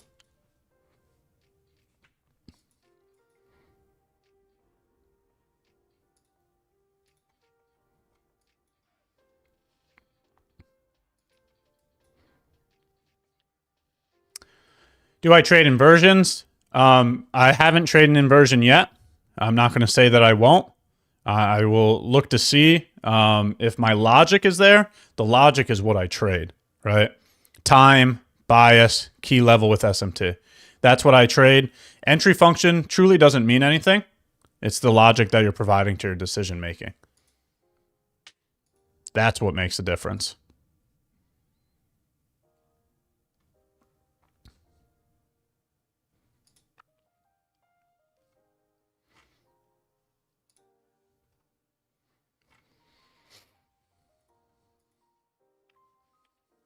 All right, let's see what we get for New York Open. Let's see what you guys are looking at too. Type a 1 in chat if you're bullish today. Type a 2 in chat if you're bearish today. What are you guys looking for today? What are we going to get here at New York Open?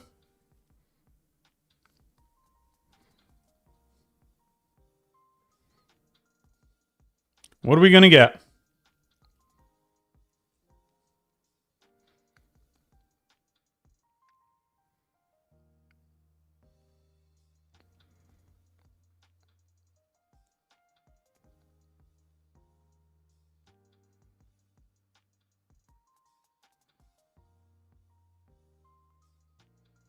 What are we going to get?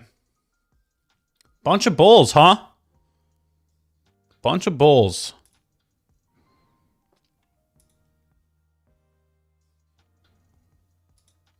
Getting a move lower to start. This is what I want to see. Is this here? All right, nice. We tapped into that gap. All right. NQ tapped into this gap. ES did not. See that right there? Okay. NQ swept this 15 minutes low. ES did not sweep this 15-minute low.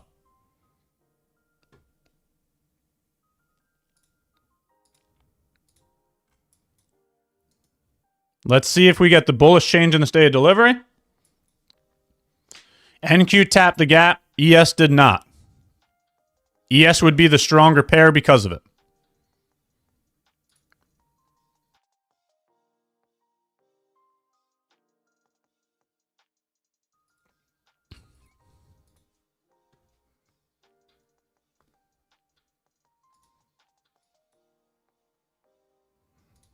Has potential for SMT here. We'll see if we get the change in the state of delivery.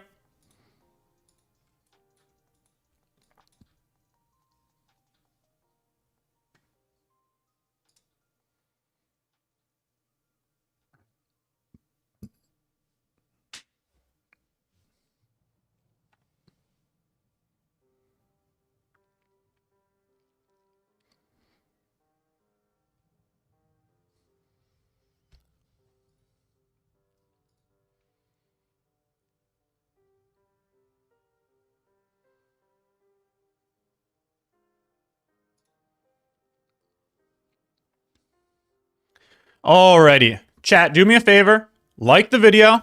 Sub to the channel. We're going to continue to keep going live throughout all of 2026. Turn those notifications on. That way you can know when we go live. Let's see if we get this here. Simply just waiting for a change in the state of delivery because of this SMT here at the bullish gap.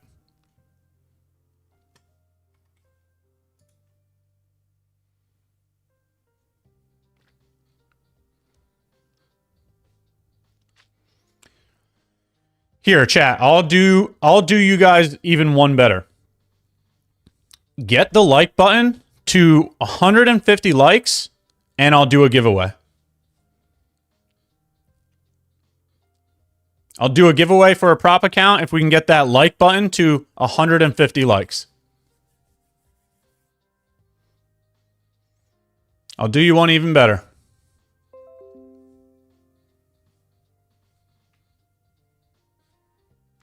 Free prop account. Free prop account. If we hit the mark.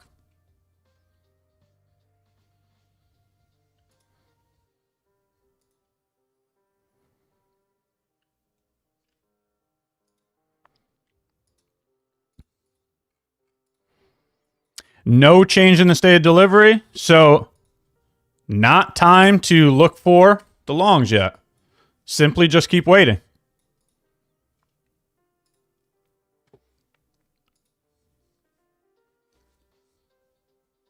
$150 likes, I'll do the giveaway as soon as we get the 150.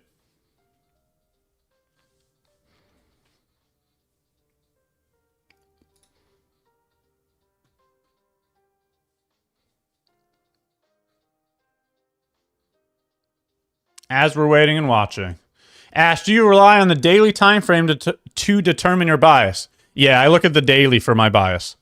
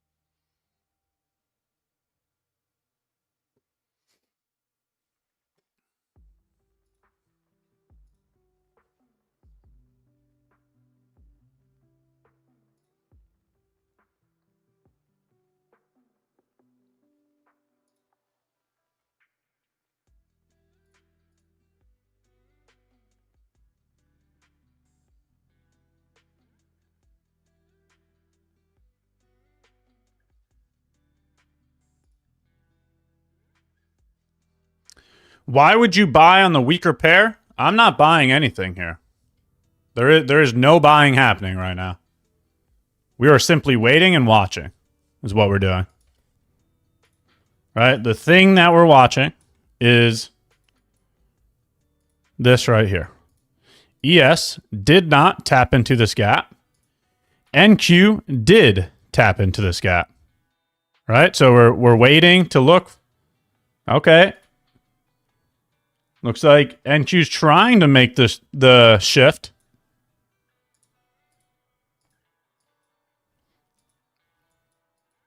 NQ's trying to make the shift.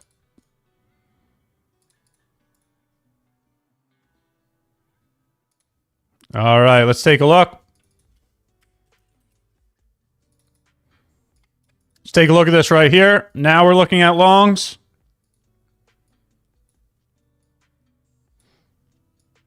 Back to new high a day. This is what we're looking at.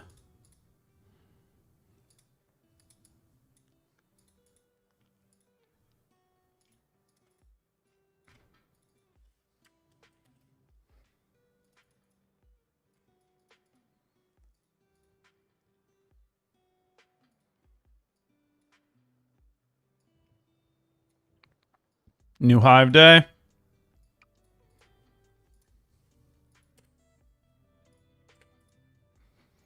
All right, let's see if they bounce from there.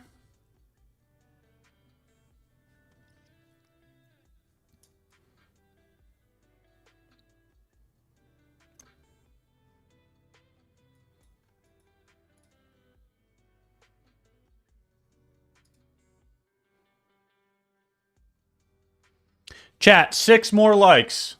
6 more likes for a giveaway. I'll hand out, let's see. I'll hand out how about a Lucid Pro eval? A 50K Lucid Pro eval to somebody that's in chat.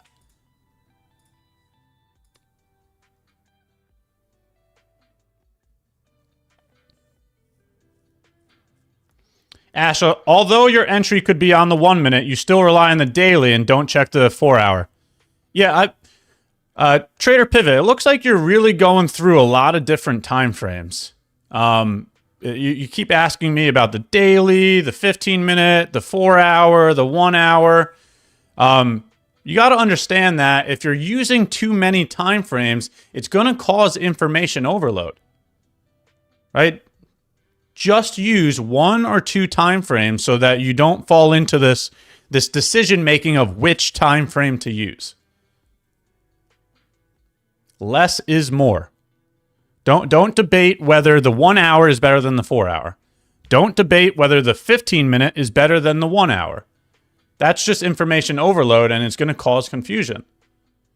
Use 1 higher time frame, 1 medium time frame, 1 lower time frame. That's all you need. That's all you need.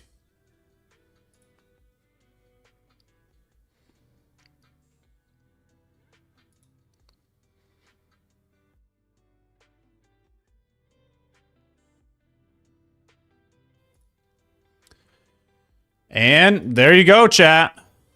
How many points is it? Already 25 points.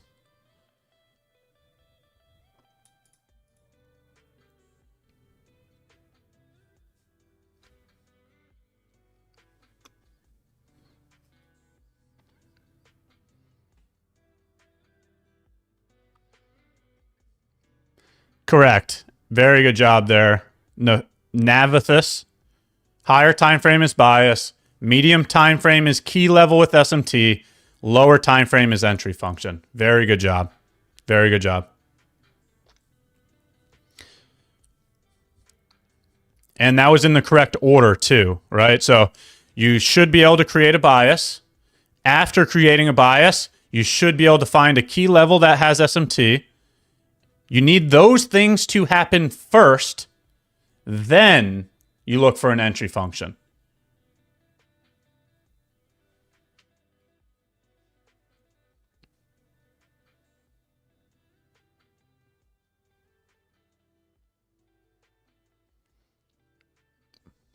Oh, nice. Nate, did you set that up? Is that how we can run it?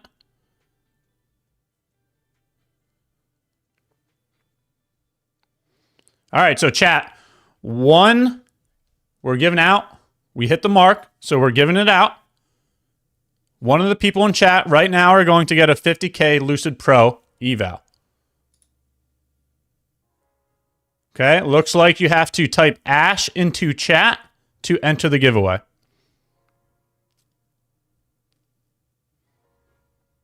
If you type it more than once, that is not going to help you.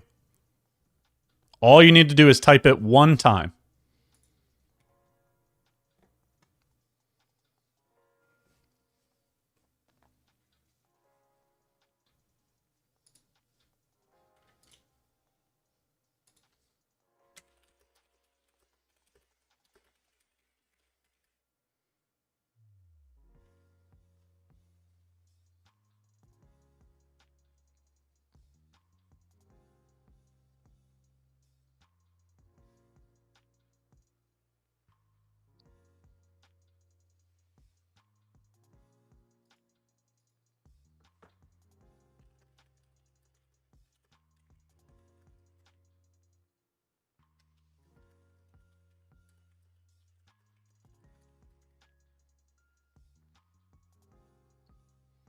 All right, so we're giving away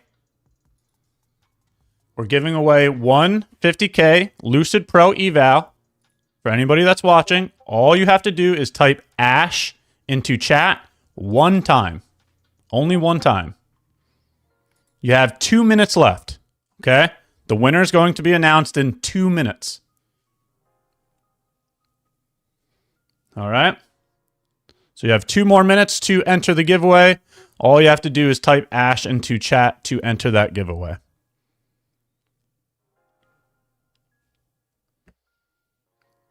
All right.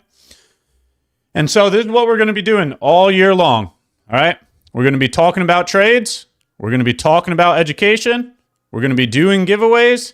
We're going to go back and forth with questions and answers. We're going to help as many people as we can and provide as much value as we can. So if that's something that is valuable for you guys, do me a favor, hit the sub button, hit the like button. We're going to continue to keep doing that throughout the year. If you're spamming Ash in the chat, that is not going to help you.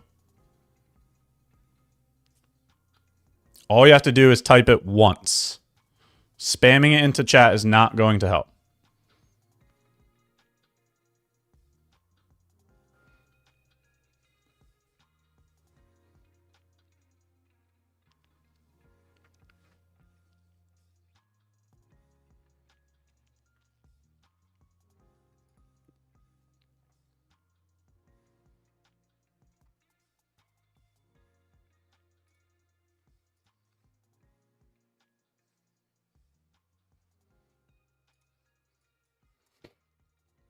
All right, so ES already went to invalidation there. We'll wait to see what happens with NQ.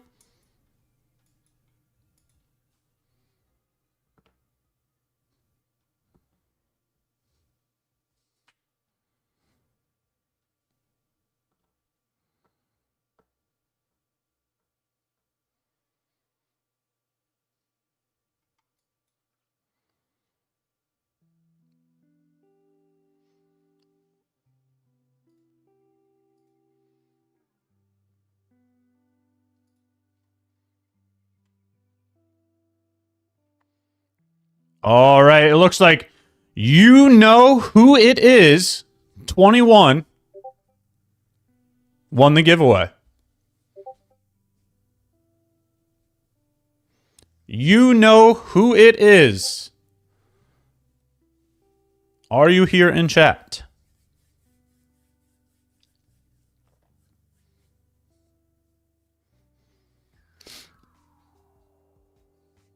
Let me know. You know who it is? Oh, there we go. Congratulations. Congratulations. Let's see. Let me get that code over to you.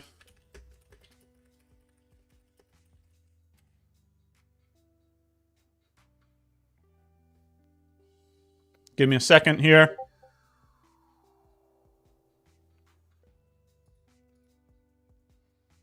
All right, you know who it is. If you have Twitter, DM me, or if you have Discord, DM me. Take a screenshot of your username so I can confirm that it's you. Okay, you have to DM me.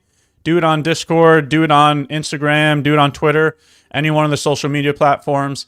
Make sure you take a screenshot of your username so I can confirm that it's you.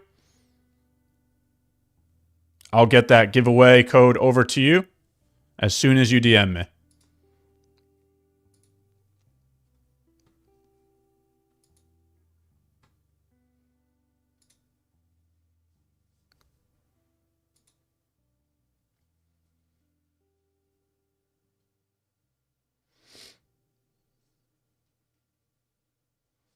Alrighty. It'll be ready for you as soon as you DM me.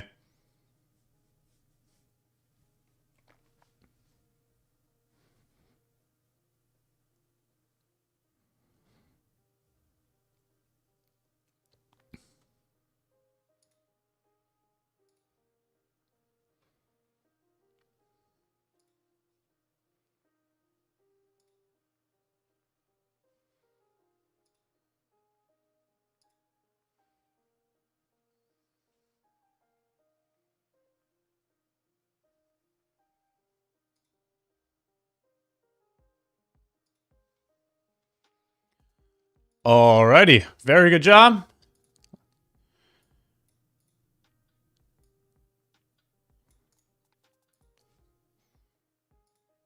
Let me get this over.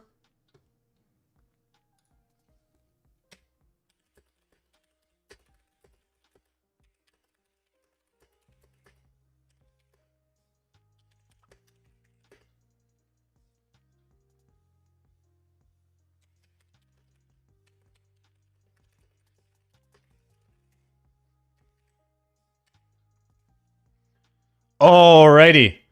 And invalidation on both ES and NQ. Both heading lower. So, looks like the Bears won the open there. Bears won the open. And who was the individual that pointed out the 5-minute setup? Who was it?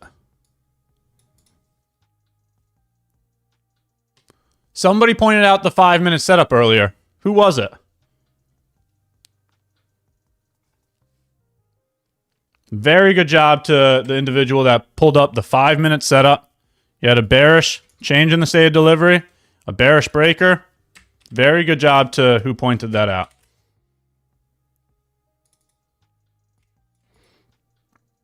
Very good job. See if that went to R or not. Yeah, very good job to the individual that pulled up the bearish setup there at New York Open. Who was that?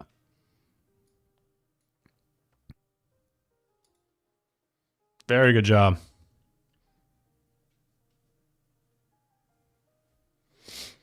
So, for me and my end, as you saw there was no trade, and I'll continue to keep saying it. NFP, CPI, FOMC, and bank holidays, those are my scheduled breaks. Okay? Not even logged into my account here. Right? That's because I put limitations upon myself so that I can stay here for the long term. And guess what? That just saved me from taking a loss this morning. Right? Because I told you that I was bullish. We looked at a bullish idea, and that bullish idea got stopped out. So can you see how sometimes it's not a matter of being right or wrong? It's a matter of being process-driven, right? Following the rules to your system. Very happy about it this morning. I am going to go ahead and document this. Even though I'm not trading today, that does not change my work ethic. I'm still showing up, still working and learning, and still going to continue to keep documenting. Now, for anybody that is going to ask, because I get this question a million times, If my execution labels are not on the chart, I did not take the position. Very simply put. Right? So, for example, if you look at yesterday's trade, right, you can see the execution labels, right? This is a trade that I took versus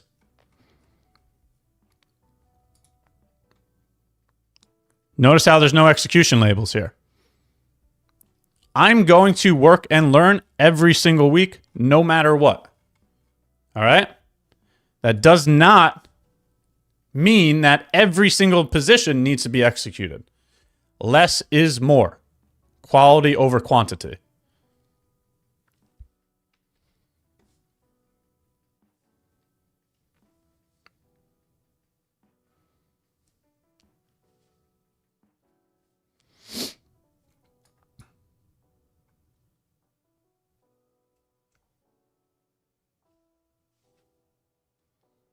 Didn't hear why you didn't take the trade?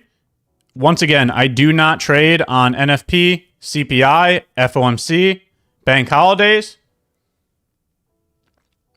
If it was a win, you will say you made a shit amount of money. That's just incorrect. I guess you must be new to the community. I share my wins, I share my losses, and I just explained to you the trades that I do take versus the trades that I don't take. But thank you for the toxicity. Very nice comment there. I don't claim large amounts of money, so you must be new here. Sounds like somebody must have took a loss this morning or something. Don't know where that toxicity is coming from.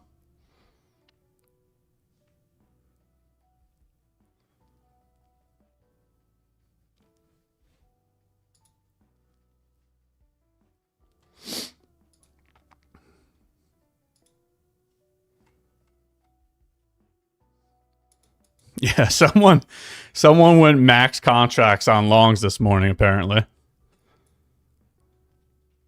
All good. Right on to the next one.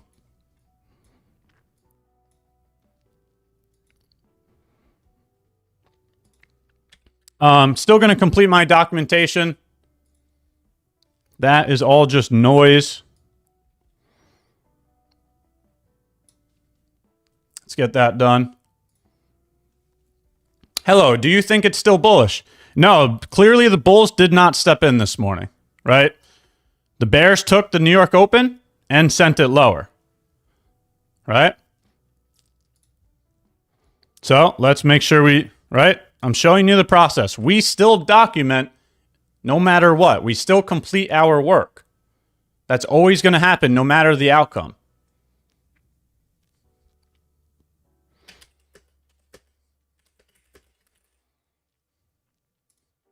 All right, so this was a short that happened at New York AM.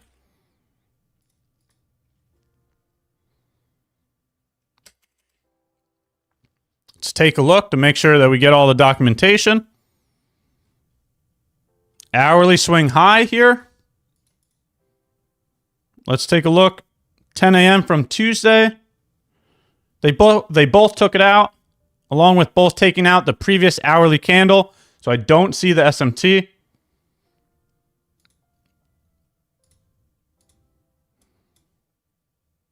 All right, so we have New York Open for time. We have an hourly swing high for the key level. There was no SMT. And it was a 5-minute change in the state of delivery. So in terms of grading the setup, I was bullish this morning, so it's against the higher time frame order flow. There was no key level. There was a key level. There was no bearish SMT, so I don't like that either. But we did have a change in the state of delivery. So I'd probably rate that as like a B or a B minus setup for that reason. Right? Another day, another learning experience.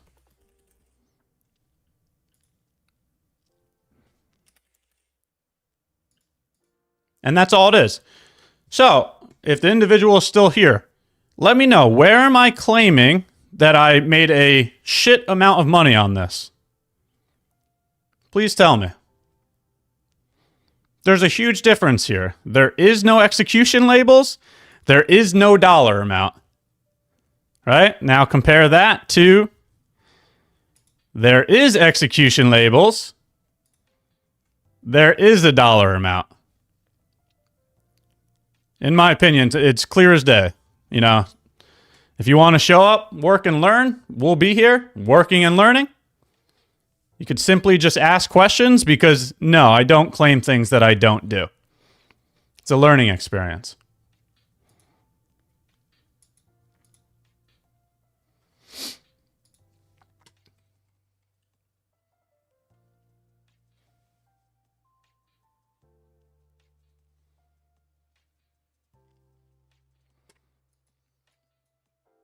Here's a great question, right?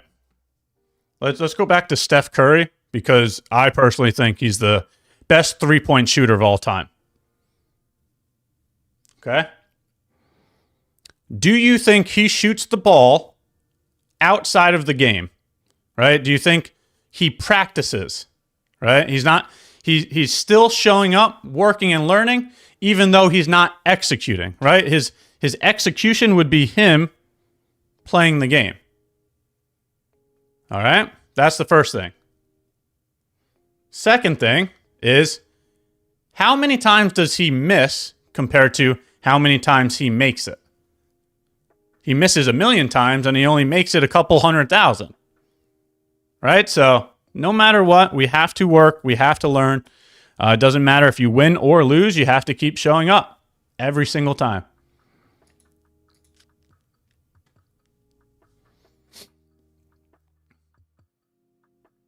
Yeah, we won't bring that any further. Just making sure we're very clear here. There are no claims. Okay? You'll see the trade right on in front of you. Like, there will be a P&L, there will be execution labels. There is nothing to miss here.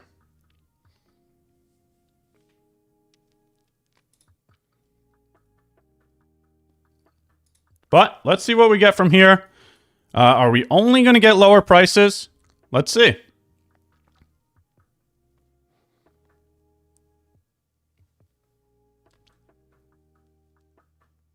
Ash, I'm forward testing for more than 6 months now and have the data to prove it works. Initial back-to-back losses on eval has put me in a place where I freeze while it's time to execute.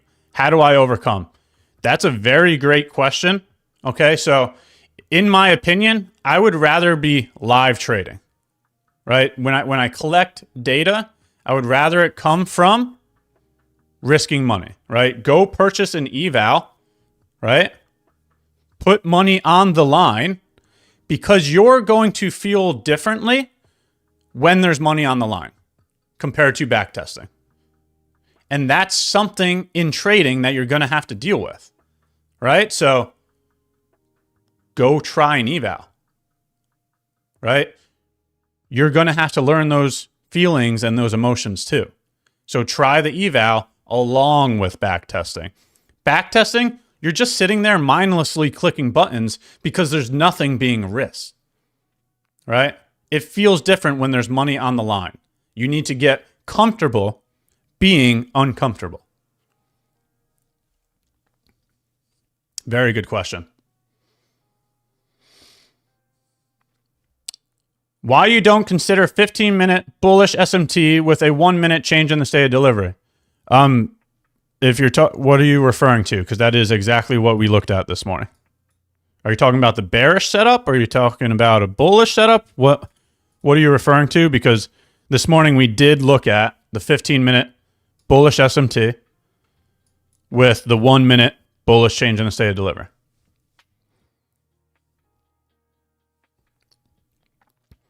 Ash, do you think we can still have trades today? I don't know how to make it any more clear. Maybe the individuals were just not here during the time of. But FOMC, CPI, non-farm payroll, and bank holidays, those are scheduled breaks. It doesn't matter what's happening here on the screen. Okay? It doesn't matter what is being shown on the screen. The decision in terms of risk management has already been made, right? Those are scheduled breaks for myself. So in terms of looking for trades, you can see this right here. There's a reason why I'm not logged into my account, because the decision was already made before the day even started. Non-farm payroll is a scheduled break. It doesn't matter what's shown on the screen.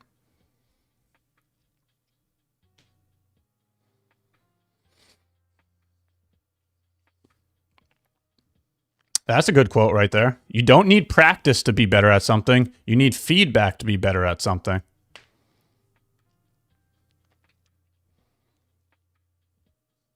Is it true for paper trading as well? Yeah, I would agree that that statement is still true for paper trading as well. You don't feel what it feels like to lose money in paper trading. You need to be able to become comfortable with being uncomfortable. The moment you become an efficient loser, that's when you're going to make progress in this business. When you take a loss and it doesn't ruin your mentality. When you take a loss and it doesn't ruin your work ethic. When you take a loss and you can step away without feeling the need to make that money back. When you take a loss and you can still focus on completing the process to the best of your ability. The moment you become objective to your results and you become process driven, that's when you're going to make progress in this business. And you do that by putting money on the line. You're not going to feel those feelings in backtesting. You're not going to feel those feelings in paper trading. So do yourself a favor and get a cheap eval, right? Instead of putting thousands of dollars into a cash account, right? Let's not risk all of that money up front, right? Do a cheaper amount by grabbing an eval, right? Then there's still money on the line, but it's not a lot of money compared to funding a personal cash account.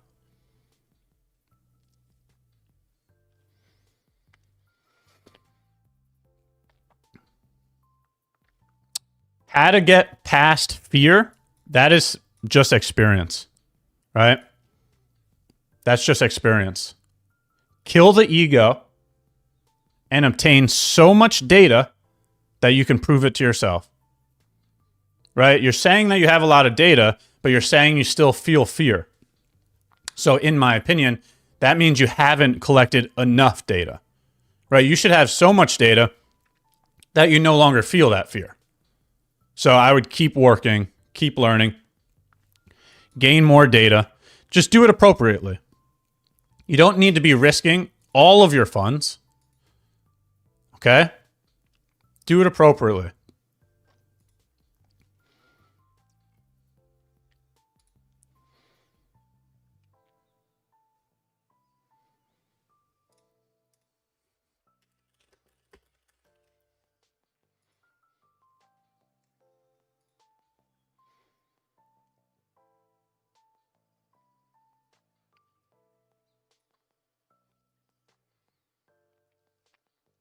Ash, how do you review your journaling? So I have a Discord where I journal via text. I have Twitter where I journal via text. Then I have all these live streams as well. So getting to watch myself in real time, hear my thoughts, see my actions, that's what all these live streams are. When I get to review that, I get to watch it in real time. Additionally, same thing with the journal. Right? I need multiple forms of learning experiences, right? Visually, audio, right? So I get to watch the recording. I get to read the things that I wrote. I get to review multiple forms of journaling, which helps me learn. So make sure that you're putting, how or why you got into the trade. Make sure you're feeling what you felt during the times of and what your actions were to that. Okay? Got multiple forms of learning there.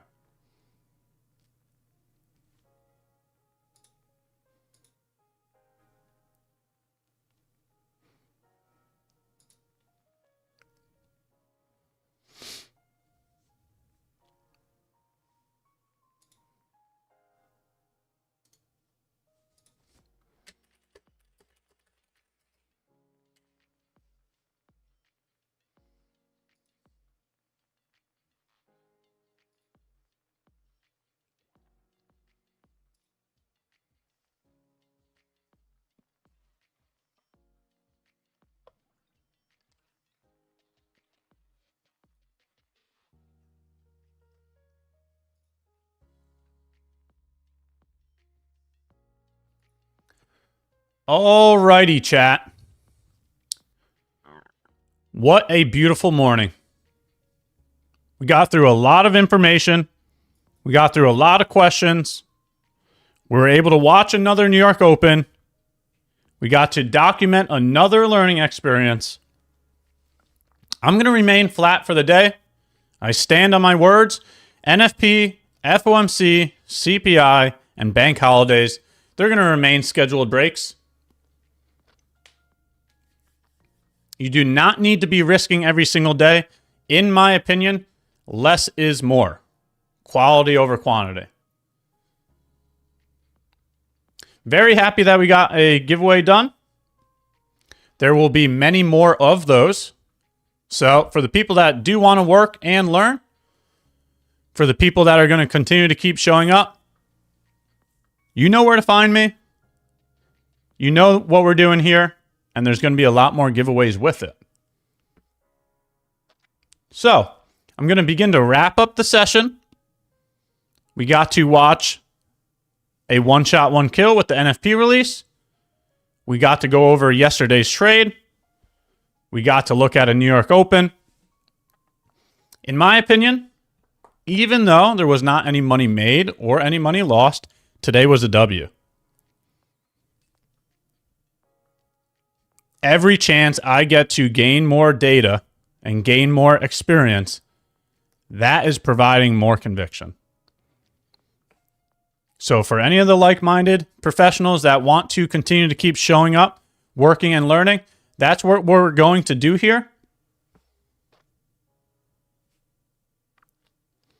Just want to take a moment to say thank you to everybody that showed up as well. I do really appreciate all of the like-minded professionals here. Getting to go over these questions, getting to go over this information, that's what's providing the repetition that we need.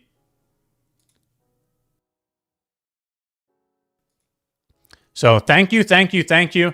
I really appreciate every single one of you. Looks like the bias was wrong this morning, and so be it, because there was no risk taken. All right? So thank you for your time. I greatly appreciate every single one of you. I will see you all on the next live stream. Stay safe out there, and have a nice day. Until next time, chat. Have a nice day, everyone.